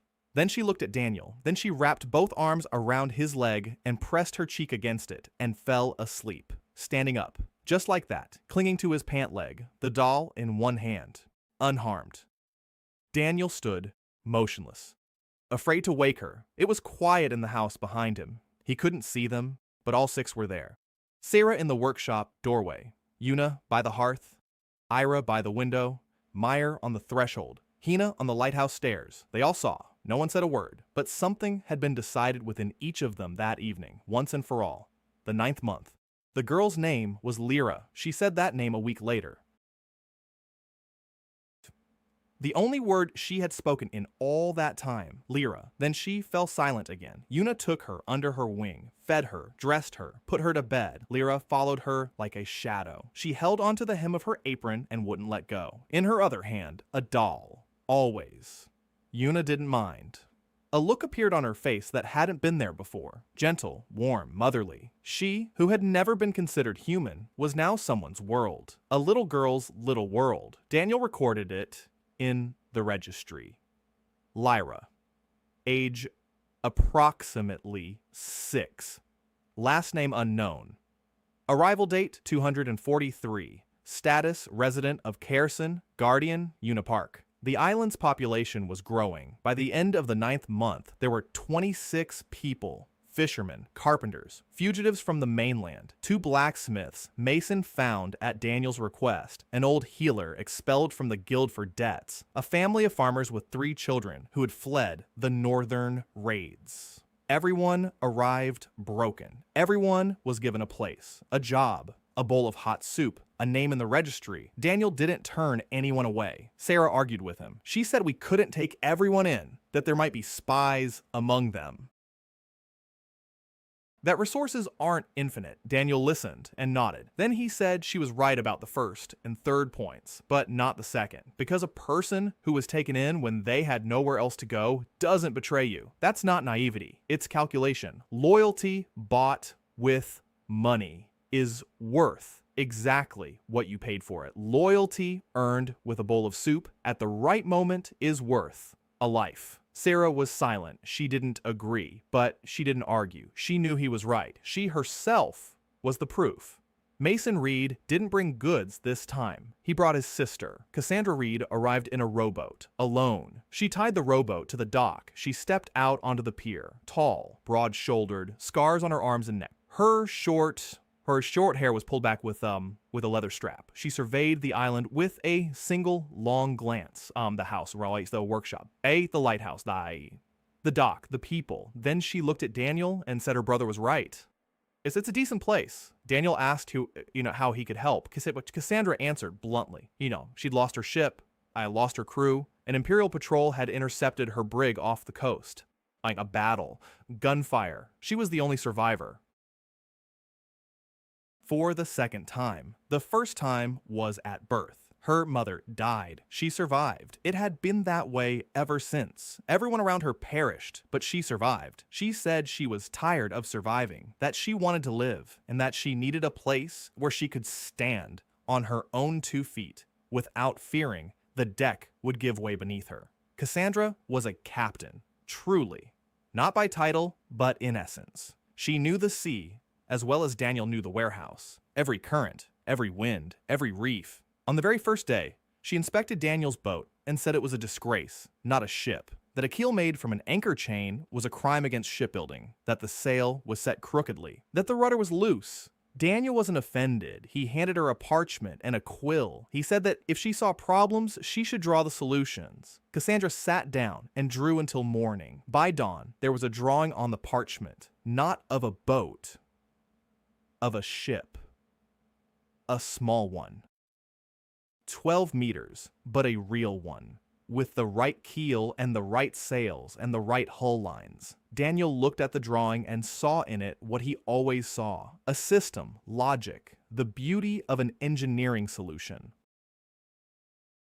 He asked Cassandra how long it would take to build. She replied that, with good timber and a good crew, 3 months. He said there was no timber, no crew, just debris and 6 carpenters. Cassandra smiled. She said she'd built ships from worse materials. Daniel replied, that is my I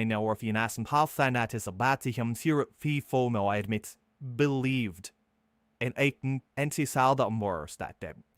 what he did that the shipyard would be on the South Shore. Work would begin. The shipyard construction changed the island. It was the first project bigger than a house, bigger than a workshop. It was a project that required coordination of 10 people at once, materials that were in short supply, time that was running out. Daniel managed the process just as he had managed the port in Busan: task lists, schedules, resource allocation, who works where, who relieves whom, what materials are needed on which day. Sarah commanded the workers. A lieutenant's voice. Short orders, clear. People obeyed, not because they were afraid, because she knew what she was talking about. Cassandra oversaw the construction. She personally inspected every board, every joint, every nail. Ira kept track of expenses, every nail, every board, every hour of work.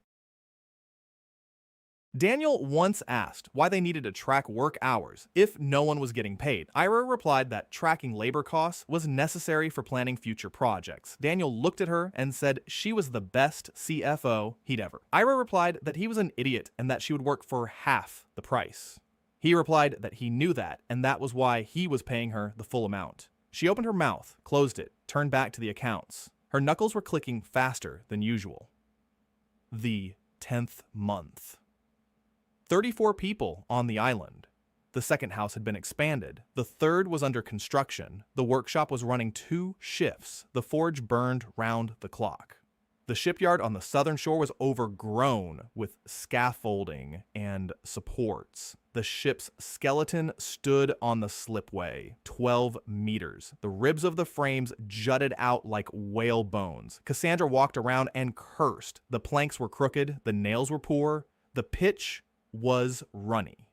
But the ship was growing day by day, plank by plank. Daniel stopped sleeping more than 4 hours. Too many tasks. Construction, production, trade, logistics, people. Every day someone came with a problem. The fisherman had quarreled over a boat. The blacksmith had burned his hand. The farmer asked where to plant the second plot. A child had fallen ill. Daniel solved everything. Not because he wanted to be in charge, but was it because there was no one else? Sarah could give orders. But giving orders and managing are 2 different things. A commander tells people what to do. A manager sees why one thing depends on another. Daniel saw the connections. The fishermen quarreled because there was only one boat. A second one was needed. A second boat needed planks. Planks were at the shipyard, so he had to discuss priorities with Cassandra. The blacksmith burned his hand because he was tired. He was tired because he worked 12 hours. He works 12 because there are many orders. So a third blacksmith is needed. The third blacksmith needs housing. Housing needs stone. Stone needs hands. Everything is connected to everything else. A chain, like at the port, like everywhere. Meyer approached him on the 12th day of the 10th month, late in the evening. He was sitting alone at the lighthouse, looking at the stars. She brought 2 cups of the tea Yuna had made. She sat down next to him, silently.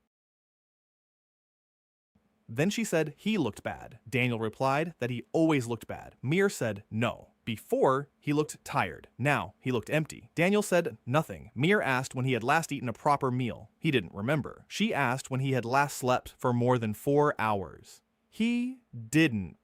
She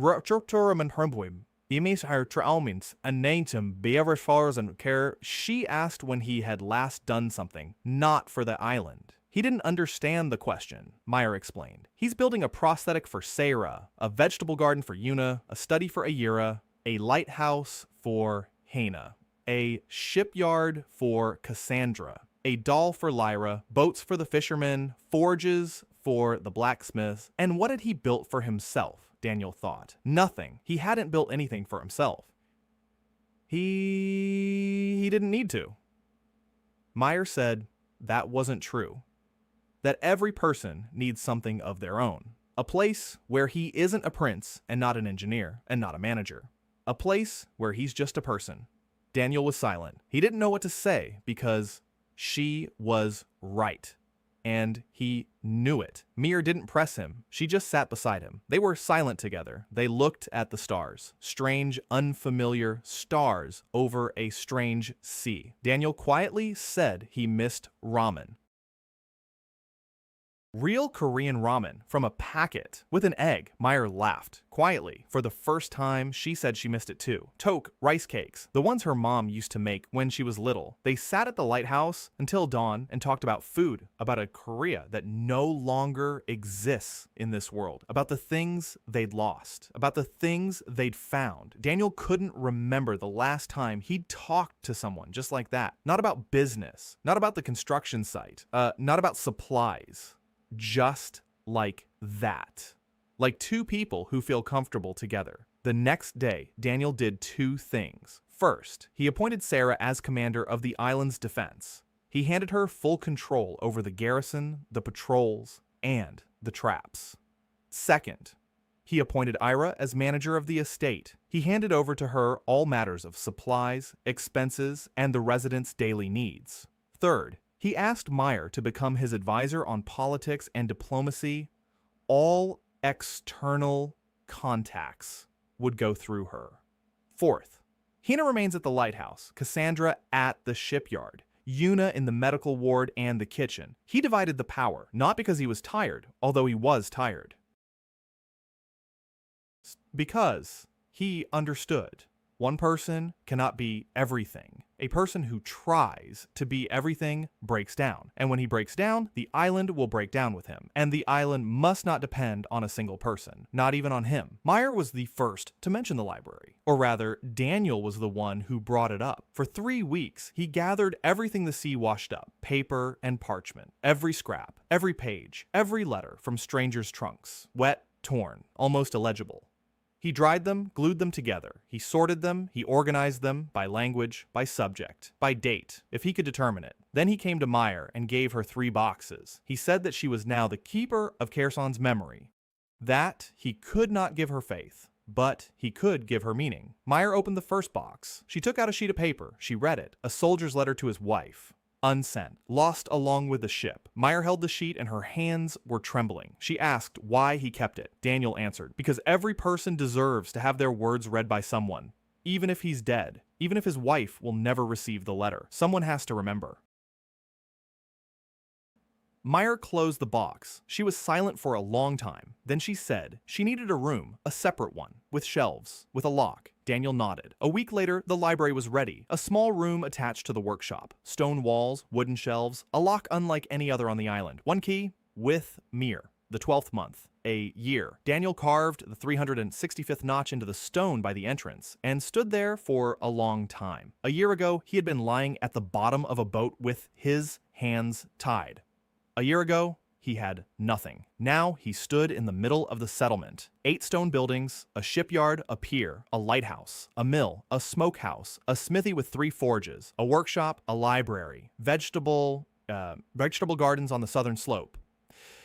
A population of 48 people, 2 trade contracts, a fleet of 1 boat, a registry of 1,200 entries, and a ship on the slipway, almost ready. The ship was launched on the 370th day. Cassandra stood on the pier and couldn't take her eyes off it. 12 meters, 2 sails, planking made of 9 different types of wood, every plank fitted by hand, the bow sharp as a blade. The stern, wide and stable. On the side, in red paint that Yuna had boiled down from seashells. The name was written. Second, Cassandra. Daniel had named it without asking. Cassandra saw the name and fell silent. Her jaw clenched. Her eyes glistened. She wasn't crying. She was cursing. 5 minutes straight without a single repetition. Words Daniel didn't know, even in Korean. Then she turned to him and hugged him so that her ribs cracked. Daniel exhaled with a wheeze and said he needed his ribs to work. Cassandra let go. She wiped her eyes with the back of her hand. She said the ship was beautiful, that it would fly, that she needed a crew. Daniel replied that he had already found a crew. 6 survivors from her old crew. Mason had tracked them down in ports across the mainland. They were waiting in Tolheim. Cassandra looked at him as if he'd said the sun was green. She asked how, when, why. Daniel replied that the why was obvious. A ship needs a captain. A captain needs a crew. You don't assemble a crew from random people. You assemble a crew from those you trust. And she trusts them. So it's them. Cassandra was silent for a long time. Then she said quietly that he was an impossible man, and that she hated him, and that if he ever did something like that behind her back again, she'd break his nose. Daniel smiled. Cassandra did too. The second Cassandra set out on her first voyage a week later. 10 people on board. Cassandra at the helm. Cargo, 2,000 arrowheads, 500 bolts for crossbows, 300 shield fasteners. Standard, all identical. Every part was stamped with the Kaersan mark. Daniel had designed the mark himself. A wave and a hammer. Simple. Recognizable. Mason had warned that the mark was dangerous, that it would lead them to the source. Daniel had replied that that was exactly what he wanted. It was time to stop hiding. The trade leagues already know that somewhere there is a manufacturer of standard weapons. The question isn't whether they'll find him. The question is on whose terms it will happen. If they find him as a smuggler, they'll destroy him. If he falls for bewains wow, naukros how, guis ion for forn aufakring fas aud or audiorb, which are the audiorator. Har such as Hor himself as a trading partner, they'll talk to him. The mark worked faster than he expected. A month later, Mason brought 3 proposals. The Guild of Free Merchants wanted an exclusive contract. The Duchy of Lim requested negotiations on supplies. Enkos tourism has. And the third, Imperial Intelligence.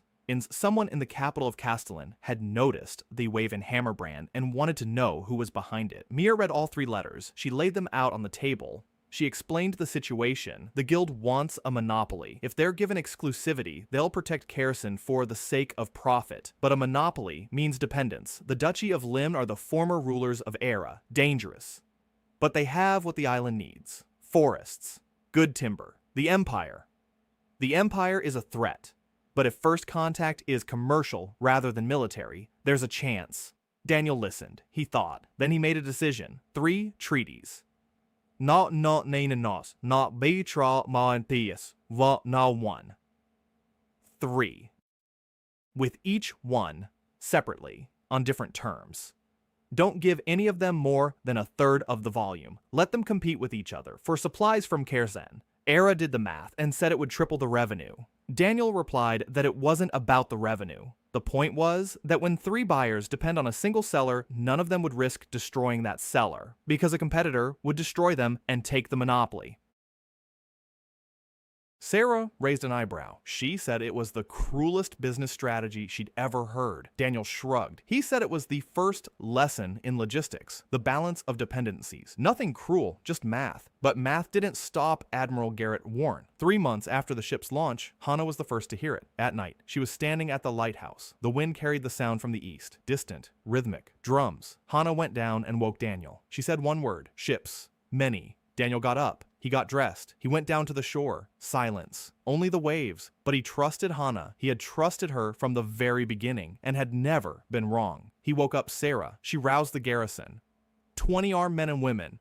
By morning, everyone was in position. At dawn, sails appeared on the horizon. Daniel stood on the lighthouse with the spyglass that Mason had brought 2 months ago. He counted. 5, 10, 15, 20, 25, 30. 30 sails. Military, imperial, an eagle with swords on each. Admiral Garrett Warren was heading for Kaersan with the entire Eastern Fleet. Daniel had been preparing for this for 6 months.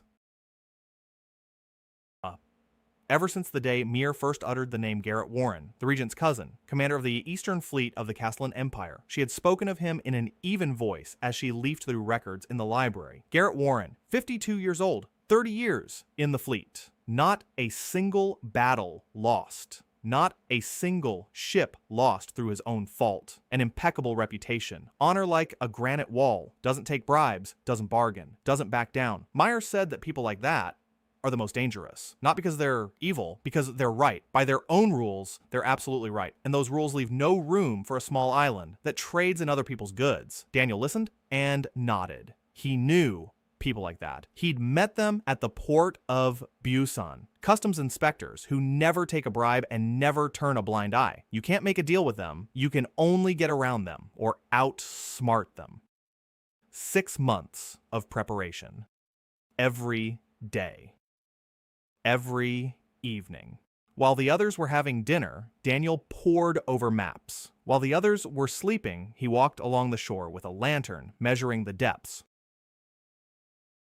While Cassandra was building the ship, he was setting traps. Sarah knew. She was the only one to whom he had shown the complete defense plan. She studied it for 3 days. Then she said the plan was good, but there weren't enough people. Daniel replied that there were never enough people. It wasn't a question of numbers. It was a question of where everyone stood and what everyone did at the right moment. Sarah nodded. She understood. 10 years in the Navy, the first line of defense. The reefs. Kaersan was surrounded by underwater rocks on 3 sides, north, west, southwest. The only safe approach was from the southeast, a narrow channel, 200 meters wide, 8 meters deep, deep enough for warships. But only if you stayed exactly in the center. 1 step to the right and the keel would scrape against the rock. 1 step to the left and the bow runs aground. Daniel studied this channel every day. He dived with a rope tied to his belt. He counted the meters. He memorized every rock, every depression, every spot where the current changes direction. He knew this channel better than any street in Seoul, and he mined it. Not with mines, with chains.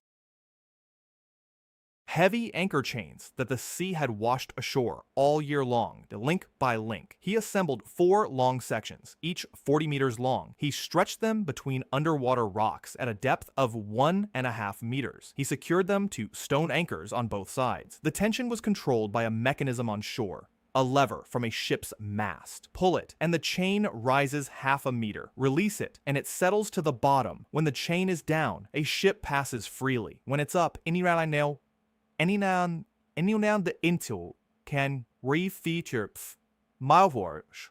Any vessel with a draft of more than a meter will run into it at full speed. The keel will crack, the rudder will be torn off, the ship will lose control in the narrow channel where there is nowhere to turn and nowhere to escape. Den zal weighing trust by its dane. Dainton hill wall and orky hetzel. Set up 4 lines of chains, 50 meters apart. Even if the first one is spotted and they stop, the second and third will be waiting. The second line, a false lighthouse. It was Hina's idea. She had said once that the sound of the wind on the northeast cape was similar to the sound near the main lighthouse. Daniel didn't understand at first, then he did. A lighthouse is a landmark. At night, ships head toward the light. If we extinguish the real lighthouse and light the false one at the other end of the island, the ships will set course for the new light. And the northeast cape is the most dangerous place. Rocks under the water, 2 meters from the surface. Sharp as knives. Any vessel that approaches there at speed will rip its hull open in seconds. Daniel built the false lighthouse in a week. A stone tower, 4 meters high, a copper bowl, oil, a wick, a reflector made of polished copper. Worse than the main one, but at night you can't tell the difference. The distance to the real lighthouse is 300 meters. To a ship approaching from the east, both will look the same. Hannah was in charge of switching them.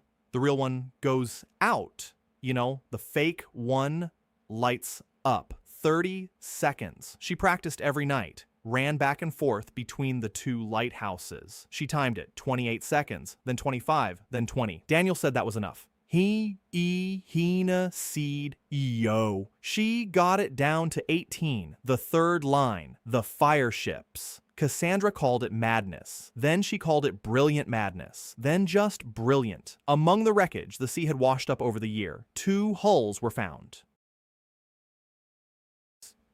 Small boats, 4 meters each, rotten, full of holes, good for nothing, except for one last voyage. Daniel filled them with fuel, everything he'd managed to gather over 6 months, rancid oil, animal fat, tar-soaked rags, wood chips soaked in oil, dried seaweed, sulfur from the volcanic vents on the northern shore, wicks made of rope soaked in fat.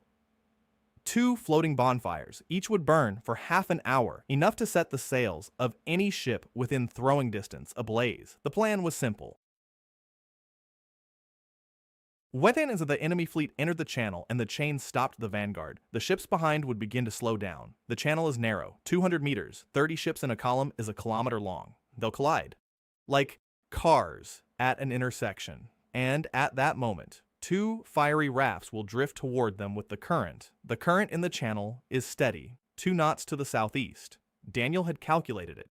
Speed, time, distance, point of contact, angle of approach, even the wind direction in the morning hours, mathematics, cold-blooded, precise, just like in Busan when he calculated tanker routes during storm season. Only there, money was at stake. Yechi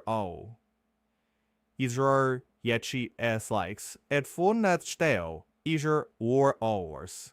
Sakje foishin in all my eyes. Iverforfum as ars pulvertatchen. The aksjon i verbartrabias, the fourth guy flight, frafra mayor nor verpical cordi mind. Coastal batteries, 6 crossbow positions on the cliffs above the fairway, each fortified with stone masonry, a chest-high parapet, an embrasure for firing, a supply of bolts for 2 hours of continuous fire, 300 bolts per position, 1,800 in total. The crossbows were heavy. Daniel had assembled them from dozens of scraps. He reinforced the springs. He lengthened the stocks. He added sights. Each had a range of 150 paces. Not much. For open field combat, that's not enough. But the batteries stood 20 meters above the water. An arrow flies farther and strikes harder when shot from above. A ship's deck 100 paces away is a target the size of a house. It's harder to miss than to hit. Sarah positioned the archers. Personally, she checked each one. She assigned each a firing sector. They trained for a month. 10 shots a day per position. Sarah stood next to each one and counted the hits. We talder wis ofrea. Talder wovers. Fwas talder brieferons. We paldran. Incident 7 out of 10, and the archer was replaced. By the end of the month, the average was 8 out of 10. Sarah said that would do. Daniel could see she was satisfied. Her officer's face gave nothing away. But her eyes lit up slightly when the shooters hit their targets. The 5th line, the secret straits. Daniel found them in the 4th month while surveying the western coast. 2 narrow passages between the cliffs. Invisible from the sea, unnoticeable from the shore unless you knew where to look. The entrance is hidden by a rocky outcrop. The passage is 3 meters wide, 4 meters deep. Enough for a small ship. Cassandra had guided the second Cassandra through one of them during training at night, without lights. Guided only by the sound of the waves against the walls, she scraped the hull, but she made it through. If the main channel was blocked by chains and fire, Kaersan still had an exit for an attack from the rear, for escape if things went wrong, for delivering the wounded. The enemy had no such exit. The enemy knew only one way. Through the channel, straight into the trap, the night before the battle. Daniel gathered all 6 of them in the town hall's Great Hall, the new building, the largest on the island, stone and wood. Cassandra had cut the beams herself. Ira had counted every nail. Meyer had carved the date of construction into the lintel, a long table, benches, a hearth, maps on the walls, blueprints, a defense plan that will either work tomorrow or it won't. Daniel poured the wine. Mason had brought it last week. Red, southern, dry, tart. 6 cups, 6 faces in the light of the hearth. Daniel raised his cup and spoke. Quietly. Calmly. As if discussing the morning's work plan. He said that if he died tomorrow, the island would remain theirs. The documents for all the property are with Ira. The ship is with Cassandra. The archives and diplomatic correspondence are with Meyer. The lighthouse is with Hina. Defense and the garrison are with Sarah.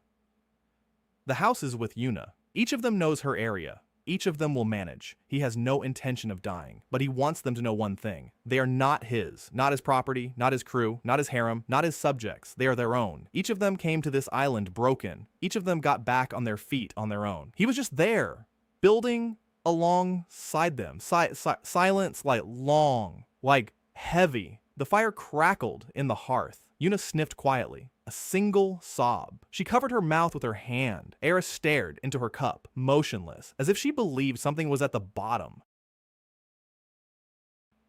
Cassandra clenched her fist on the table so tightly her knuckles turned white. Hannah sat as straight as a lighthouse pillar, eyes open, dry. Meyer closed her eyes and breathed slowly. Sarah stood up first. The chair scraped against the stone. She walked around the table. She stood in front of Daniel. She took his chin between 2 fingers. She turned him toward her, gray eyes meeting gray eyes, close. And she kissed him. For the first time ever. Briefly, firmly, like stamping an order that is not open to discussion. Then she stepped back, her face stony, as always, but the hand that had held his chin trembled slightly. Daniel stood motionless. Yuna was second, small, quiet. She kissed him on the cheek, lightly, like the touch of a wing. Ira was third, on the forehead, with a smirk, as if signing a contract. Meyer was fourth. On the other cheek, quietly, with her eyes closed, Cassandra was fifth. She stepped up, grabbed him by the collar, pulled him close, kissed him on the lips, hard, like a sailor. She let go, said he was an idiot, and that she loved him, and that if he died tomorrow, she'd personally go down to the underworld and break his nose. Hina was last. She approached slowly, stood on tiptoes, touched his temple with her lips, barely, like a breath, and stepped back. Didn't say a word. 6. All 6 of them. No jealousy, no rivalry, no words that could ruin everything, because each of them understood one thing. He spoke the truth. He always spoke the truth. And if he died tomorrow, they would live on. Not because he ordered it, because he built a world worth living in. Morning, dawn, fog over the water. 30 ships entered the strait with the first rays of light. Daniel stood on the watchtower, the highest point on the island after the lighthouse, spotting scope to his eye, logbook on his lap, quill in his hand, Meyer beside him, writing down every command, every observation, every minute. Hina at the lighthouse, hands on the levers, waiting for the signal. Sarah at the batteries, 12 archers in 6 positions, crossbows loaded, bolts in the boxes. Cassandra on the second Cassandra in the secret strait behind the western cliff. A war machine the enemy neither knows nor expects. Yuna in the hospital, the third house converted overnight. Tables for the wounded, bandages, herbs, hot water, thread and needles for wounds. Ira in City Hall, counting. Supplies, bolts, time, people. She was always counting, even now. Warren's flagship led the way, large, 3 masts, sails with imperial eagles, a griffin figure on the bow, the commander's flag at the stern, red and gold. Warren stood on the bridge. Daniel saw him through the spyglass. Gray-haired, upright, in full dress uniform, as if on review. The rest followed in column behind the flagship. 2, 5, 10, 15, they entered the channel one after another, beautifully in unison, like a parade. Daniel counted. He waited. The first ship passed the mark, a rock on the shore that he had marked with white paint. The second, the third, the fifth, the 10th entered the channel. Half the fleet was inside. Half was outside. Now. Daniel raised the flag, a red patch on a pole, the first signal. Hannah saw it. She extinguished the main beacon. With a single motion, she doused the oil with water. The light went out. She ran to the false one. 18 seconds. The false beacon flashed on the northeast cape. Bright. Alluring. The rear guard of the fleet. The ships that hadn't yet entered the channel. The navigators saw the light. They corrected their course. The last 3 ships turned toward the false beacon, straight into the teeth of the rocks. The first crashed into them 4 minutes later. A crack, a scream. The rock ripped open the hull from bow to midship. The ship listed to one side. The second rammed into the first. The third managed to turn away, but ran aground. 3 out of 30 in 4 minutes, without a single shot fired. Daniel raised the second flag. The signal on the chain, the lever on the shore turned. 4 lines of chains rose 1.5 meters from the bottom. Steel teeth under the water. Warren's flagship was already past the chains. It passed, but the second ship behind it did not pass. A crash, deafening, heavy. The keel cracked. The ship jerked. It lost speed. The third ship crashed into the second line. The rudder was torn off. The ship spun in the current. The fourth ship struck it broadside. Both came to a halt across the channel. A traffic jam. 200 meters wide, clogged with wood and canvas and screaming people. Behind them were 15 more ships. Ahead were the flagship and 5 vanguard ships that had made it to the chains. The fleet was split in 2. Daniel raised the third flag. Fire ships. 2 flaming rafts were pushed from the shore into the channel upstream. The wicks burned evenly. The flames caught after a minute. The current picked up. 2 knots. The rafts headed down the channel, straight into the traffic jam of ships. The first fire raft crashed into the side of a ship, stuck at the chain. Oil splashed. The fire raced through the wood. The sails burst into flames in seconds. The oil-soaked fabric burned like paper. The second fire ship slipped past the first and struck a ship standing across the way. The wind drove the fire further. The ships stood side by side. The flames leapt from one to the other. One, another, a third. Smoke rose in a column. Black, thick, visible for miles. The screams of people in the water. The screams of people on the burning decks. Daniel looked through the telescope. His face was motionless. His hands didn't tremble. He was taking notes, time, casualties, positions, just like in the port, just like during unloading, only instead of containers, ships, instead of cargo, people. He didn't want this, not a single one of them, but they had come to destroy his home, and he defended his home, the only way he knew how, through planning. Sarah opened fire. Bolts flew from a height of 20 meters. Downward, at the decks of the vanguard ships that had passed the chains and were now trying to approach the shore. 6 positions, 12 shooters, volley after volley, from top to bottom. The deck of a warship, 100 paces away from the height of the cliff, was an open target. Bolts pierced the planks, pierced the shields, pierced the men. The vanguard attempted to land troops in the boats. 3 skiffs moved away from the ship's side. Kaersan to Manhwa, Kaersan and Fortranus. Ideeners emerged from the secret channel onto second Cassandra. It rounded the rock. It struck the rowboats in the side, not with a ram, with crossbow fire from the deck at a distance of 30 paces. The rowboats capsized. Men in the water, in heavy armor. Cassandra turned and headed back into the strait. 30 seconds. It appeared, it struck, disappeared, like a ghost. 4 hours later, it was all over. 22 ships at the bottom or on the reefs, or burned down burned down to, down, there was a waterline. The 8 remaining ships gathered outside the channel, or shiret battered, scorched, sails in tatters. The flagship stood among them, unscathed. Warren had led it behind the reefs in time. When he saw that the channel had become a trap, he didn't try to break through. The flagship turned and ordered the vanguard to withdraw. 3 ships of the vanguard disobeyed and continued the assault. Sarah burned 2 of them. The third ran aground. Warren saved 5 out of 30. A talented admiral, even in defeat. A white flag slowly crept up the flagship's mast. Daniel lowered his spyglass. He looked at Meyer. She was finishing the last line. Her hands were shaking. His weren't. He didn't know what that meant. Maybe fatigue. Maybe something worse. He set down the logbook and said quietly, "Tell Sarah to cease fire."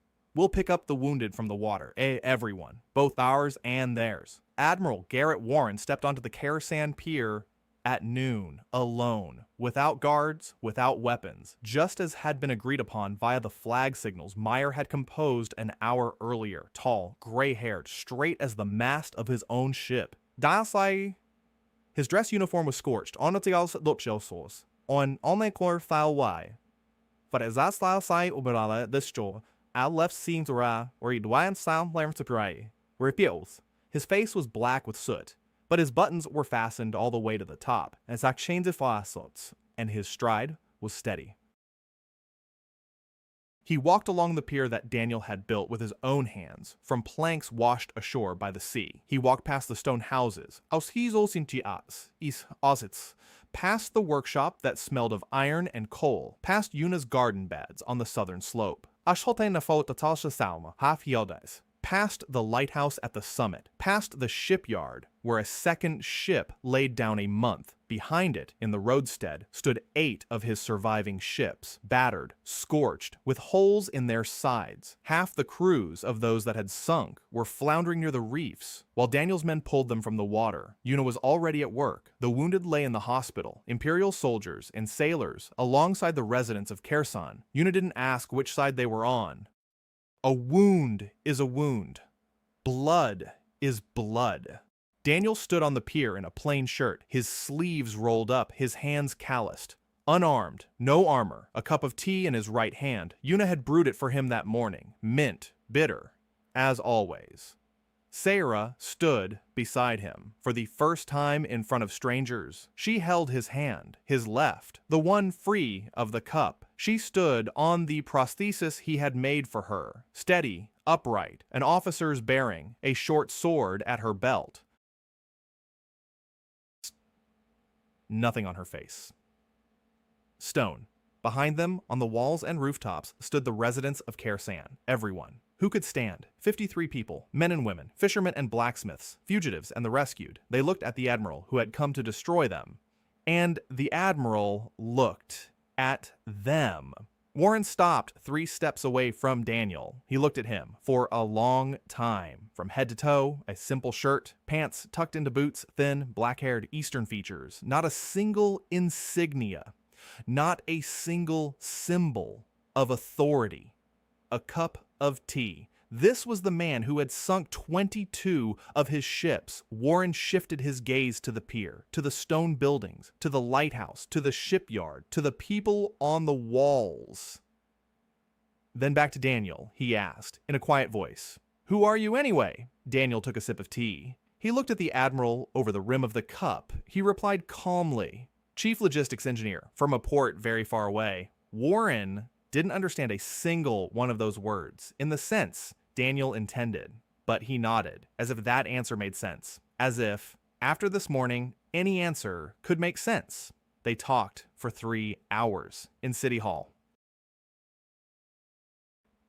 At the long table where 6 glasses of wine had stood yesterday, now 2 cups of tea. Meyer sat to Daniel's right. She translated when Warren switched to the old imperial dialect. Her face was calm. Her hands no longer trembled. Iris sat to his left. Pen, paper. She recorded every word, every pause, every glance. Sarah stood by the door, hand on her sword, not threateningly, just a habit. Cassandra sat on a bench by the window with a crossbow on her lap. She was cleaning her nails with the tip of a bolt and glancing inside from time to time, just in case. Warren spoke plainly, without diplomacy, without tricks, like an officer giving a report. He had come to destroy a smuggler's nest. That's what the regent had told him. That's what he believed. He found not smugglers, but a fortress. Not a fortress, but a city. Not a city, but a principality, with a shipyard and a lighthouse and workshops and people who defended their home and succeeded. He came with 30 ships. He has 8 left, 22 at the bottom of the sea. Thousands of people in the water. The eastern flank of the Castellan Empire is exposed. In a month, 2 at most, the northern clans will find out. In 3, they will strike. and there will be no one to stop them because the Eastern Fleet is no more. Warren said this in an even voice, without anger, without blame, a statement of fact. He had lost, not tactically, strategically. He had led the entire fleet to a rock in the middle of the damned sea and lost it. His career is over. Probably his life too. Regent Delacroix does not forgive defeats, especially ones like this, especially at the hands of an unknown stranger with a cup of tea.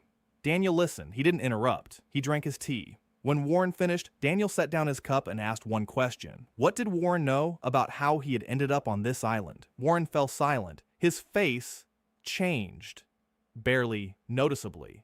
A shadow of something passed over his eyes. Daniel pressed him. A year ago, he had been brought to Kaersan in a boat, bound by the verdict of the court of the sea, to the chanting of men in robes. They had thrown him onto a barren rock and sailed away. Who had given the order? Warren turned pale, slowly, as if the blood were draining from his face, drop by drop. He knew. The court of the sea on Kaersan. It had not been a random verdict. A personal order from Regent Delacroix's office, an order without a number, no record, no documentation. A man was found on the shore in the eastern province. No papers, no language, in strange clothes. The guards reported it. The office decided it was easier to get rid of him. A stranger, a nobody, trash. The court of the sea. Let the sea decide. Warren did not issue this order, but he knew about it. The document passed through his office. He could have asked a question, could have stopped it. Actually, en koers trick King Kong als besluiten. Hochiu in Falarford fatten maken, white a pite. These of Intalan. Waim Harik Jerovi, Waiv I or Jate Din. And he ended an interrogation. He did not. One man, one stranger, a trifle against the backdrop of war, against the backdrop of lost convoys and burning cities and sinking ships. Who cares about some strange eastern vagabond? Warren said this while looking Daniel in the eye. He didn't make excuses. He didn't apologize. He just told the truth. I didn't care. Silence. Meyer stopped writing. Ira looked up from the protocol. Sewa Sira by the door shifted her cheer her eyes eight cheer or stare her hand slightly on her sword. Daniel nodded. Slowly, once. He finished his tea, set the empty cup on the table, and proposed a deal. Warren would return to the Regent, not as a defeated admiral, as an envoy, with a treaty. Kaersan is not a haven for smugglers. Kaersan is a trading principality, independent, sovereign, ready to negotiate as equals, ready to supply weapons, equipment, and ship parts at prices lower than any smith on the continent. Standard quality, in any quantity. Through official channels. Without church requirements and jury annals, Eichenstat and Tororn takes seals in exchange for one thing: recognition. Kaersan on the maps, Kaersan in the registries, Kaersan as a subject of international law with the right to vote, the right to trade, and the right to defend its borders. Warren listened. His expression didn't change. Then he asked quietly, why should he help a man who sank his fleet? Daniel answered without hesitation. Because if Warren returns to the Regent with a trade agreement instead of a victory, the Regent might forgive him. Defeat is costly, but an exclusive trade contract, which no other kingdom possesses, is worth more than any victory. Warren lost the battle, but he can win the trade war, and the Regent will understand that. Because the Regent counts money, and the money says that Kaersan is more useful alive than dead. Warren was silent. For Onai Jornadovs. Then he asked one more question. Daniel had planned this from the very beginning, not to destroy the fleet, but to turn the admiral into an envoy. Daniel answered honestly. He had prepared for the worst. He had hoped for the best. If Warren had turned out to be a dim-witted fanatic, he would have sunk all 30. But Warren isn't a dim-witted fanatic. Warren is a talented man in a hopeless situation, and a talented man in a hopeless situation is the best ally because he has nothing to lose and nowhere to go but forward. Warren looked at him. The gray-haired admiral in his sun-faded uniform looked at the thin Eastern guy in a plain shirt holding an empty teacup, and he realized he hadn't just lost a battle. He'd lost 2 moves ahead, 3, maybe 10. This man with calluses on his hands and tea instead of wine had outmaneuvered him even before the first ship entered the fairway. Warren stood up slowly, heavily. He extended his hand. Daniel stood up, shook it. A handshake. Firm, silent. A deal. Warren left at dawn the next day. 8 ships turned west. Their battered sails caught the wind, slowly, heavily, like wounded birds. Daniel stood on the pier and watched. Sira was beside him, hand in hand, warm. She said he was crazy. He replied that it wasn't the first time he'd been told that. She said he'd let go of an enemy who might return with an army twice as large. He replied that he hadn't let go of an enemy but a messenger, and that Warren wouldn't return with an army. Because Warren is a smart man, and a smart man doesn't bang his head against a wall twice. She was silent for a moment. Then she asked what if he was wrong. Daniel replied that by then, Kaersan would have 5 ships and 150 men, and 3 trade agreements with 3 kingdoms, and that each of them would defend Kaersan not out of love, but out of greed, because a dead Kaersan meant lost shipments, and lost shipments meant a lost war. Math. Simple. Cold. As always. Sarah looked at him for a long moment. Then she squeezed his hand tighter. She said nothing. There was no need. The day passed in work, the wounded, repairs, counting losses, counting gains. The wreckage of 22 ships at the bottom of the channel and on the reefs. Wood, iron, canvas, ropes, weapons, armor. The sea had already begun to wash the pieces back ashore. Their own wreckage, as always. Everything that falls into the water near Kaersan returns to shore. Era was counting. Her eyes were shining. She said that a single wrecked fleet, in terms of material value, was equal to the island's annual budget. Daniel nodded. He said they needed to start salvaging the sunken cargo. Deserters from the former Imperial Navy knew how to dive. Ira was already writing down the plan. Cassandra was already mapping out the salvage routes. Sira was already assigning guards. The machine was running. Every cog in its place. That evening, Daniel left, alone, without telling anyone. He went down to the lighthouse basement with a torch, a crack in the rock beneath the foundation. He'd known about it since the first month. He'd seen it when he was laying the stones, narrow, dark, leading downward. He hadn't paid it any mind back then. Today he did. Something was pulling him, not a voice, not a sound, a sensation, like the warmth from the stone on the first night. Only stronger. Daniel squeezed into the crack, sideways, a torch ahead. His shoulders scraped against the walls. After 3 meters, the crack widened. A staircase, stone, carved into the rock. The steps were worn smooth. Thousands of feet had passed here before him. Thousands of years ago, he began to descend. In 20 steps, 50, 100, the air changed. First cold, then warm, then hot, then warm again, just warm. Like in a well-heated house. Like on that first night when the stone beneath his palm was warm, and he thought it was from the sun. Not from the sun, from here. The staircase ended. A hall, round, about 10 meters in diameter. A vaulted ceiling, stone walls covered in carvings from floor to vault. Daniel raised the torch higher. Symbols, not letters, diagrams, maps, current lines. He recognized the outlines, the sea of relics, the coast, the islands, Kaersan in the center, lines radiated out from it, dozens of lines, like the rays of a star. Each line is a current. Each current leads from some point on the coast to an island. The entire system of the Sea of Relics was carved into the stone 1,000 years ago. Whoever did this knew every current, every eddy, every route, and he directed them all here, to this point, to this island, to this hall. In the center of the hall stood a pillar, copper, greened by time, as thick as a man's embrace. Reaching the ceiling, it hummed, quietly, steadily, a low sound on the verge of audibility. Daniel felt it, not with his ears, but with his ribs, a vibration. Constant, alive. The pillar had been working for 1,000 years, without stopping, without maintenance, without an owner. It drew every current toward itself, every fragment, every lost cargo, every lost person. A lighthouse, a real lighthouse. Not the one Daniel had built on the summit. That one was for ships. This one was for the sea itself. At the foot of the pillar lay a skeleton. Daniel dropped to his knees. The torch illuminated the bones, old, fragile. The fabric of the clothing had decayed almost completely, but not completely. The cut, the stand-up collar, metal buttons, cast, not forged, machine made. The soles of the shoes, rubber. Daniel recognized these clothes, not these specific ones. The type, the style, 19th century, late, maybe early 20th, Korean cut or Japanese, or Chinese, Eastern, like himself. Next to the skeleton lay a stone box, small, about the size of a shoebox, sealed with wax. Daniel broke the seal, opened the lid. Inside, parchment, rolled into a tube, completely dry, perfectly preserved.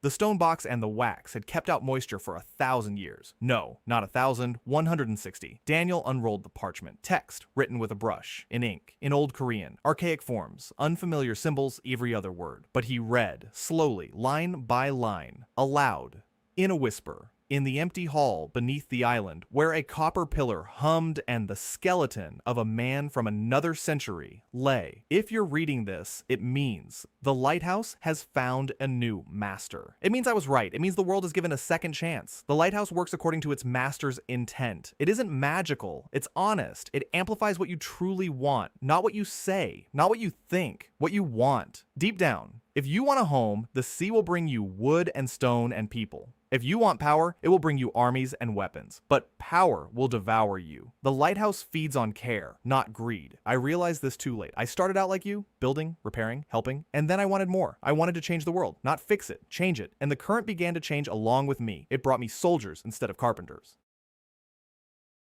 Swords instead of planks. Gold instead of grain. I didn't notice.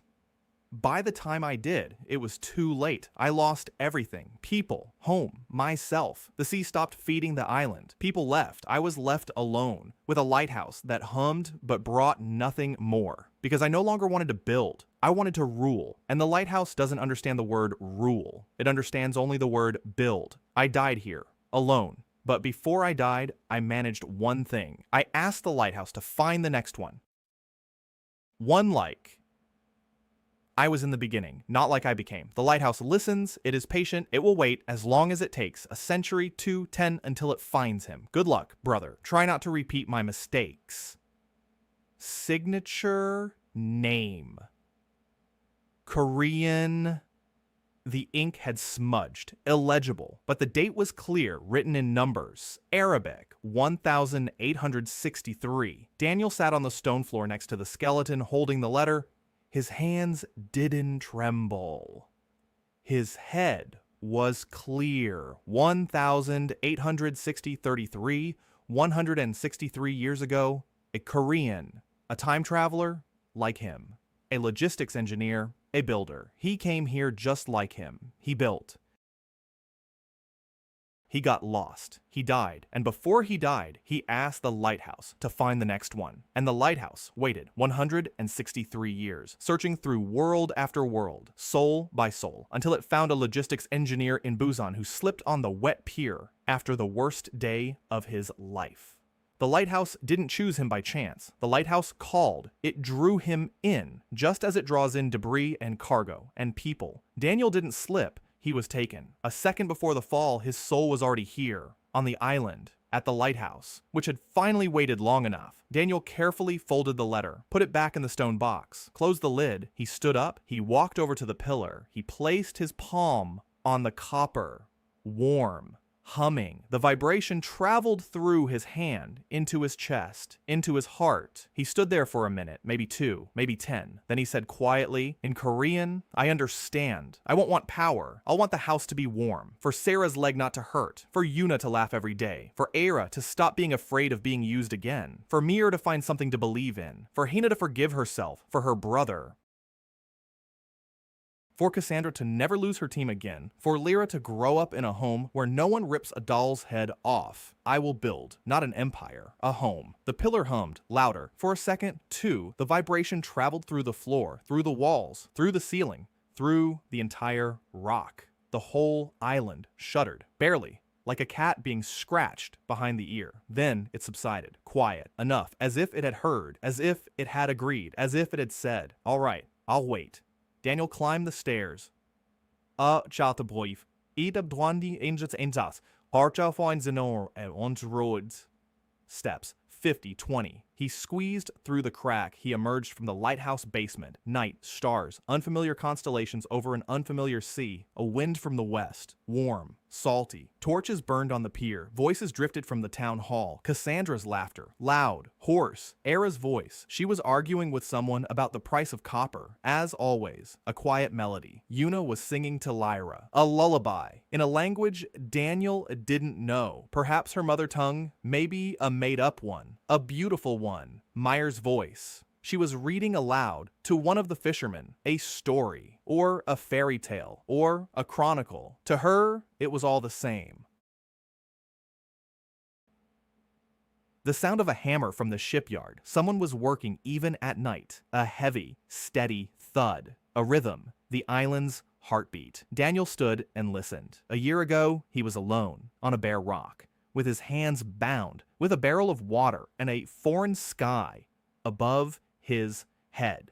Now there were 53 people, 8 buildings, a shipyard, a ship, a lighthouse, a library, a hospital, a workshop, a smithy, trade agreements, an archive, a registry, and somewhere to the west, an admiral with a scorched sleeve was carrying to the mainland the first ever peace treaty with an island that was not supposed to exist. Sarah stepped out of the darkness, quietly, as always. She stood beside him, took his hand, a warm hand, strong, a hand that had held a sword and a crutch and his chin when she kissed him. She asked what he had found downstairs. He answered, a letter from a man who had been here before him, long ago, a very long time ago. She asked what was in the letter. He paused. Then he answered, instructions on how not to lose what he had built. Sarah didn't ask for details. She knew he would tell her, when he was ready, when he found the words. She stood beside him and held his hand. The sea roared below. Quietly, rhythmically, like the breath of a sleeper. The island hummed beneath their feet, warm, steady, like on the first night, like every night. The master was home, the house was intact, and for the first time in 1,000 years, the lighthouse beneath the island knew that everything would be all right. Daniel looked at Sarah. She was looking at the sea, her profile in the light of the torches. A straight nose, a stubborn chin, short hair, a scar on her temple. Beautiful. Not like the girls in Seoul, like a ship, like a well-built, reliable ship that won't let you down in a storm. He squeezed her hand. She squeezed back. He said that tomorrow he would start building her an office. A real one, with a window overlooking the harbor. Sarah snorted. She said she didn't need an office. She needed a training ground. He said he would build both a training ground and an office. She said he was impossible. He said he knew. She said that if he slept 4 hours a day, she would order Yuna to slip sleeping pills into his tea. He said Yuna was already doing that. Sarah looked at him. He wasn't smiling. She wasn't smiling. Then they both smiled at the same time. Quietly, almost imperceptibly, like people who know each other so well that words are no longer needed. The wind from the sea, warm, the stars, strangers, but almost his own now, voices from the town hall, laughter, a song, the knock of a hammer, the hum of the lighthouse beneath their feet. All of this was his. Not because he owned it, because he built it with his own hands. From wet splinters and rusty nails and broken crossbows and people the world had cast aside like trash, he built a house. For those who had nowhere else to go. And the house stood, firmly, like the island's rocks, like the copper pillar beneath it, like the promise he made to the dead man with the letter in Old Korean. I will build, not an empire, a home. And the sea around Kaersan whispered and carried its debris and gifts to the only shore on the entire continent where they were awaited, where order was born from chaos, where peace was born from pain, where an engineer from another world rose before dawn every morning and walked to the shore to see what the sea had brought. And every morning the sea brought something new, because the master was home, and the house was glad.